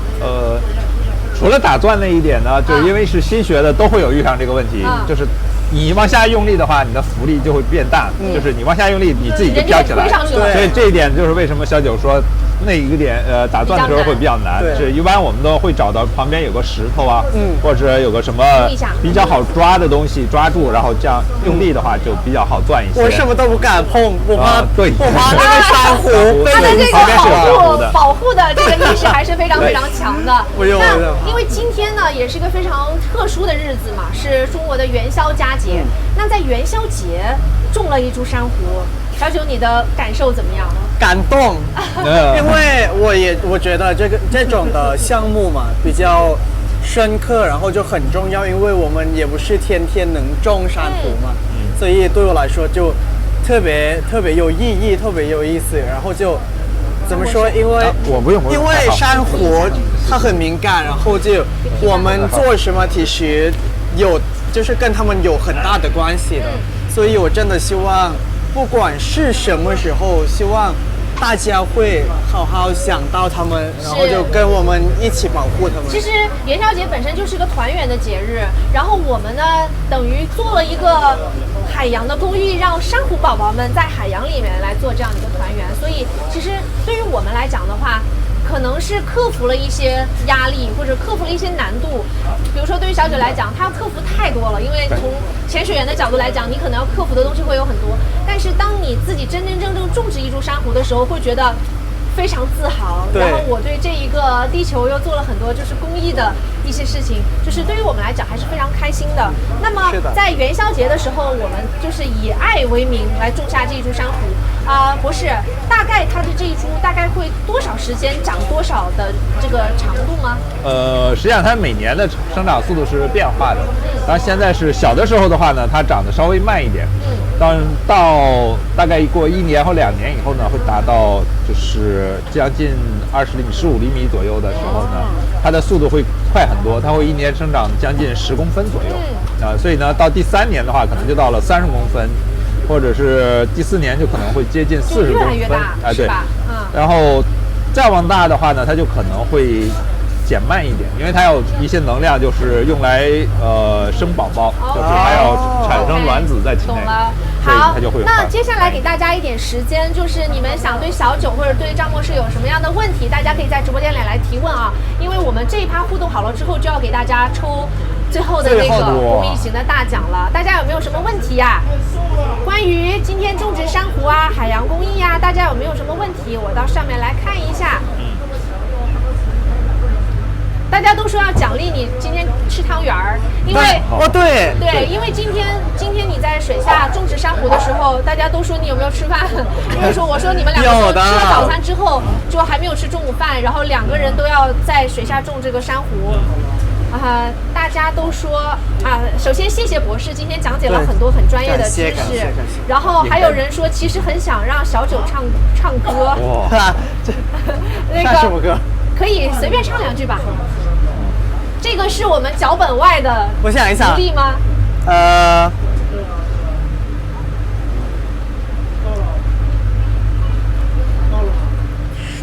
那我唱过那个能唱，什么都能唱吗？可我找不到你，我好想你，我没有办法。我们也曾是对方唯一的希望，现在谁又代替我出场？差不多吧。哇哦，好棒啊，好棒啊！我真的觉得近距离去感受到这个小九真的是很可爱。昨天我们在对脚本的时候他很腼腆，知道吗？然后今天在跟我们讲潜水的时候就是滔滔不绝，就觉得真的大家都说好听好听好听。谢谢。这个是我们脚本外给大家额外谋的一个福利啊。那接下来我们就要开始抽奖吧。好吗？可以。好，接下来抽奖，还是大家可以来刷屏一下拯救珊瑚行动。那么提到拯救珊瑚行动，还是要跟大家来这个说一下，如果你们想真真正正的去种一株属于自己的珊瑚的话，其实在线上就可以哈。你可以看到我的手机在左上角，在这里有一个点我领养珊瑚，看到了吗？在这里点击好了之后呢，就可以直接进入到我们快手珊瑚的一个公益活动。那如果说错过了今天的直播，可能之后您看到的是回看，那怎么样进入到我们快手公益的这个珊瑚种植行动呢？也很简单，我们在这里给大家来看一下啊，在这里，首先你们进入到搜索界面哈，现在搜索我已经看到你这个高清晨了，已经看到你的名字了啊。来，在这里在搜索界面点击好了之后，你就可以直接去搜索快手珊瑚。进入到快手珊瑚的页面，第一个现在就是 Into One 高清晨，然后呢拯救珊瑚为爱守护，点击进去，这里就可以每天收集一些能量啊，然后呢可以点赞啊、转发呀，或者是发布一些作品这里可以点赞啊、转发来发布一些作品，就可以获得这个能量了。那获得能量好了之后呢，就可以 get 和小九同样品种的一株珊瑚。那今天我们种植的是中间鹿角珊瑚。中间鹿角珊瑚，所以你们如果想在快手工艺去种植一株珊瑚的话，一定要记得今天小九种植的这一株呢叫中间鹿角珊瑚哈。还有另外一种方式是在这里，如果不选择搜索的话，直接在下面点击同城，在同城的第一个看到吗？黄渤的头像。同城的第一个就是快手珊瑚，同样也可以进入到这一个界面。所以无论从哪一种方式，大家都可以积极的参与到我们这个快手公益当中来。同时呢，也非常希望大家，特别是刚刚进到直播间的粉丝老铁，大家可以去点击一下新华社快看，也就是我们今天直播间的这一个关注哈。那接下来我们要开始抽奖了。抽奖呢，我们是给大家送上了一个三亚公益行的一个免费的公益行之旅。你们是可以真真正正去 get 到小九的同款路线，然后不需要花1分钱，所以这个对于粉丝来讲也是一个非常大的福利了。对我来说也是。是的，那就等于小九先给大家打了一个前站哈，因为来到蜈支洲这2天吃的也很开心，是的，玩的也很开心。是的，我觉得这边很方便，然后就不管是什么环境氛围啊，都特别好。是的，好，我看到大家都在刷屏了。这个呢会截取到名字完整的那一个，第一个我们就可以给大家送上这样的奖品了。大家想不想要？现在都在刷屏了啊！来，我要开始，让小姐来倒计时好吗？可以。那3、2、1，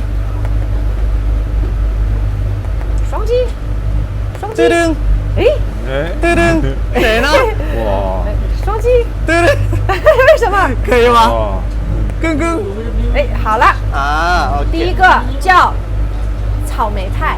哦，草莓派打字打对了啊！拯救珊瑚行动草莓派，这位粉丝呢，你们可以直接在快手公益的私信啊，就是快手公益的这个账号里去私信他，然后呢，在快手公益的这个私信里面，提交好你的联系方式，因为这个不是一个实物的奖品，就是你提交好你的联系方式，我们蜈支洲岛会有专业的工作人员，专门的工作人员来对接您，什么时候出行，要准备什么样的东西，这些大家都可以准备好的，这点不用担心啊。要在22号的24点之前，我建议大家不要等到22号了，等就是今天下了直播马上就可以私信了。然后草莓派啊，刚才看到草莓派有获奖的这位粉丝，大家可以直接去私信了。那么今天真的是很难忘的一个元宵节，其实我们不仅仅给大家，你看到有很多的那个，在蜈支洲岛有很多的游客，他们本身对很热闹，就是很热闹，他们本身也会就是你看穿着都是小九同款的这个潜水服，对了，去感受到海洋世界的美丽。那么因为我们今天直播马上就要结束了嘛，我们还是请博士和小九再给大家总结一下关于在做海洋公益的一些感想。那么张博士来做一些呼吁吧。我希望就是大家如果到海边玩呢，我们注意环保，那么就是相当于我们身上带有一些的塑料袋呀，或者说纸巾方面呢，都不要随意往海滩或者海上抛弃，因为我们在下水的时候经常会看到一些饮料罐呀、垃圾袋啊，就在珊瑚礁上，有时候甚至会缠住珊瑚。所以呢，我们希望大家能够注意自己的环保，最好呢能够做到低碳生活，然后呢保护环境。是低碳生活不仅仅是让我们的这个赖以生存的环境会有所改善，可能对于我们的后代来讲，对他们也会得到一个这个绿水青山的环境。那小九和你的粉丝来分享。好的，就是首先呢，就是感谢大家一直支持我们 Into One。然后今天因为我来这个项目，我其实真的特别感动，因为对我来说就是很深刻。这个项目就是对我来说真的很有意义，所以呢，我希望大家会就是多多关注海洋知识，或者可以来这里三亚，然后去学习潜水，是的，然后就来看一下珊瑚。所以我希望未来的时候大家也多多关注珊瑚的健康吧。是，那也非常开心，大家在我们今天快手公益和新华社快看的直播间里面，共同守护了保护珊瑚的活动。那么也希望大家多多来关注一下我们的直播间，同时呢，也可以在线上去点击种植珊瑚的活动。那小九在今天直播之前一开始就和大家分享了，在陆地上的旅行和在海里的旅行是完全不一样的。所以刚才你在潜水的时候，有很多的粉丝在问说，怎么样能成为一名潜水员啊？希望大家呢也可以加入到Patty的潜水员的行列。说不定下次在某一个海域，可能潜水的时候就偶遇到小九，对吧？那你们也可以有机会到蜈支洲岛这个一个爱心的小岛，因为这个蜈支洲岛它的形状从空中来看的话，就是一个爱心的形状。那你们也可以到这个有爱心的小岛，亲自去潜水看一看小九种下的这一株珊瑚，也可以亲自去感受一下海底世界的美丽。那今天我们的直播就到这喽，谢谢大家的陪伴，谢谢，拜拜，元宵节快乐，再见，元宵节快乐，拜拜。今天水凉吗？有一点。有一点点凉。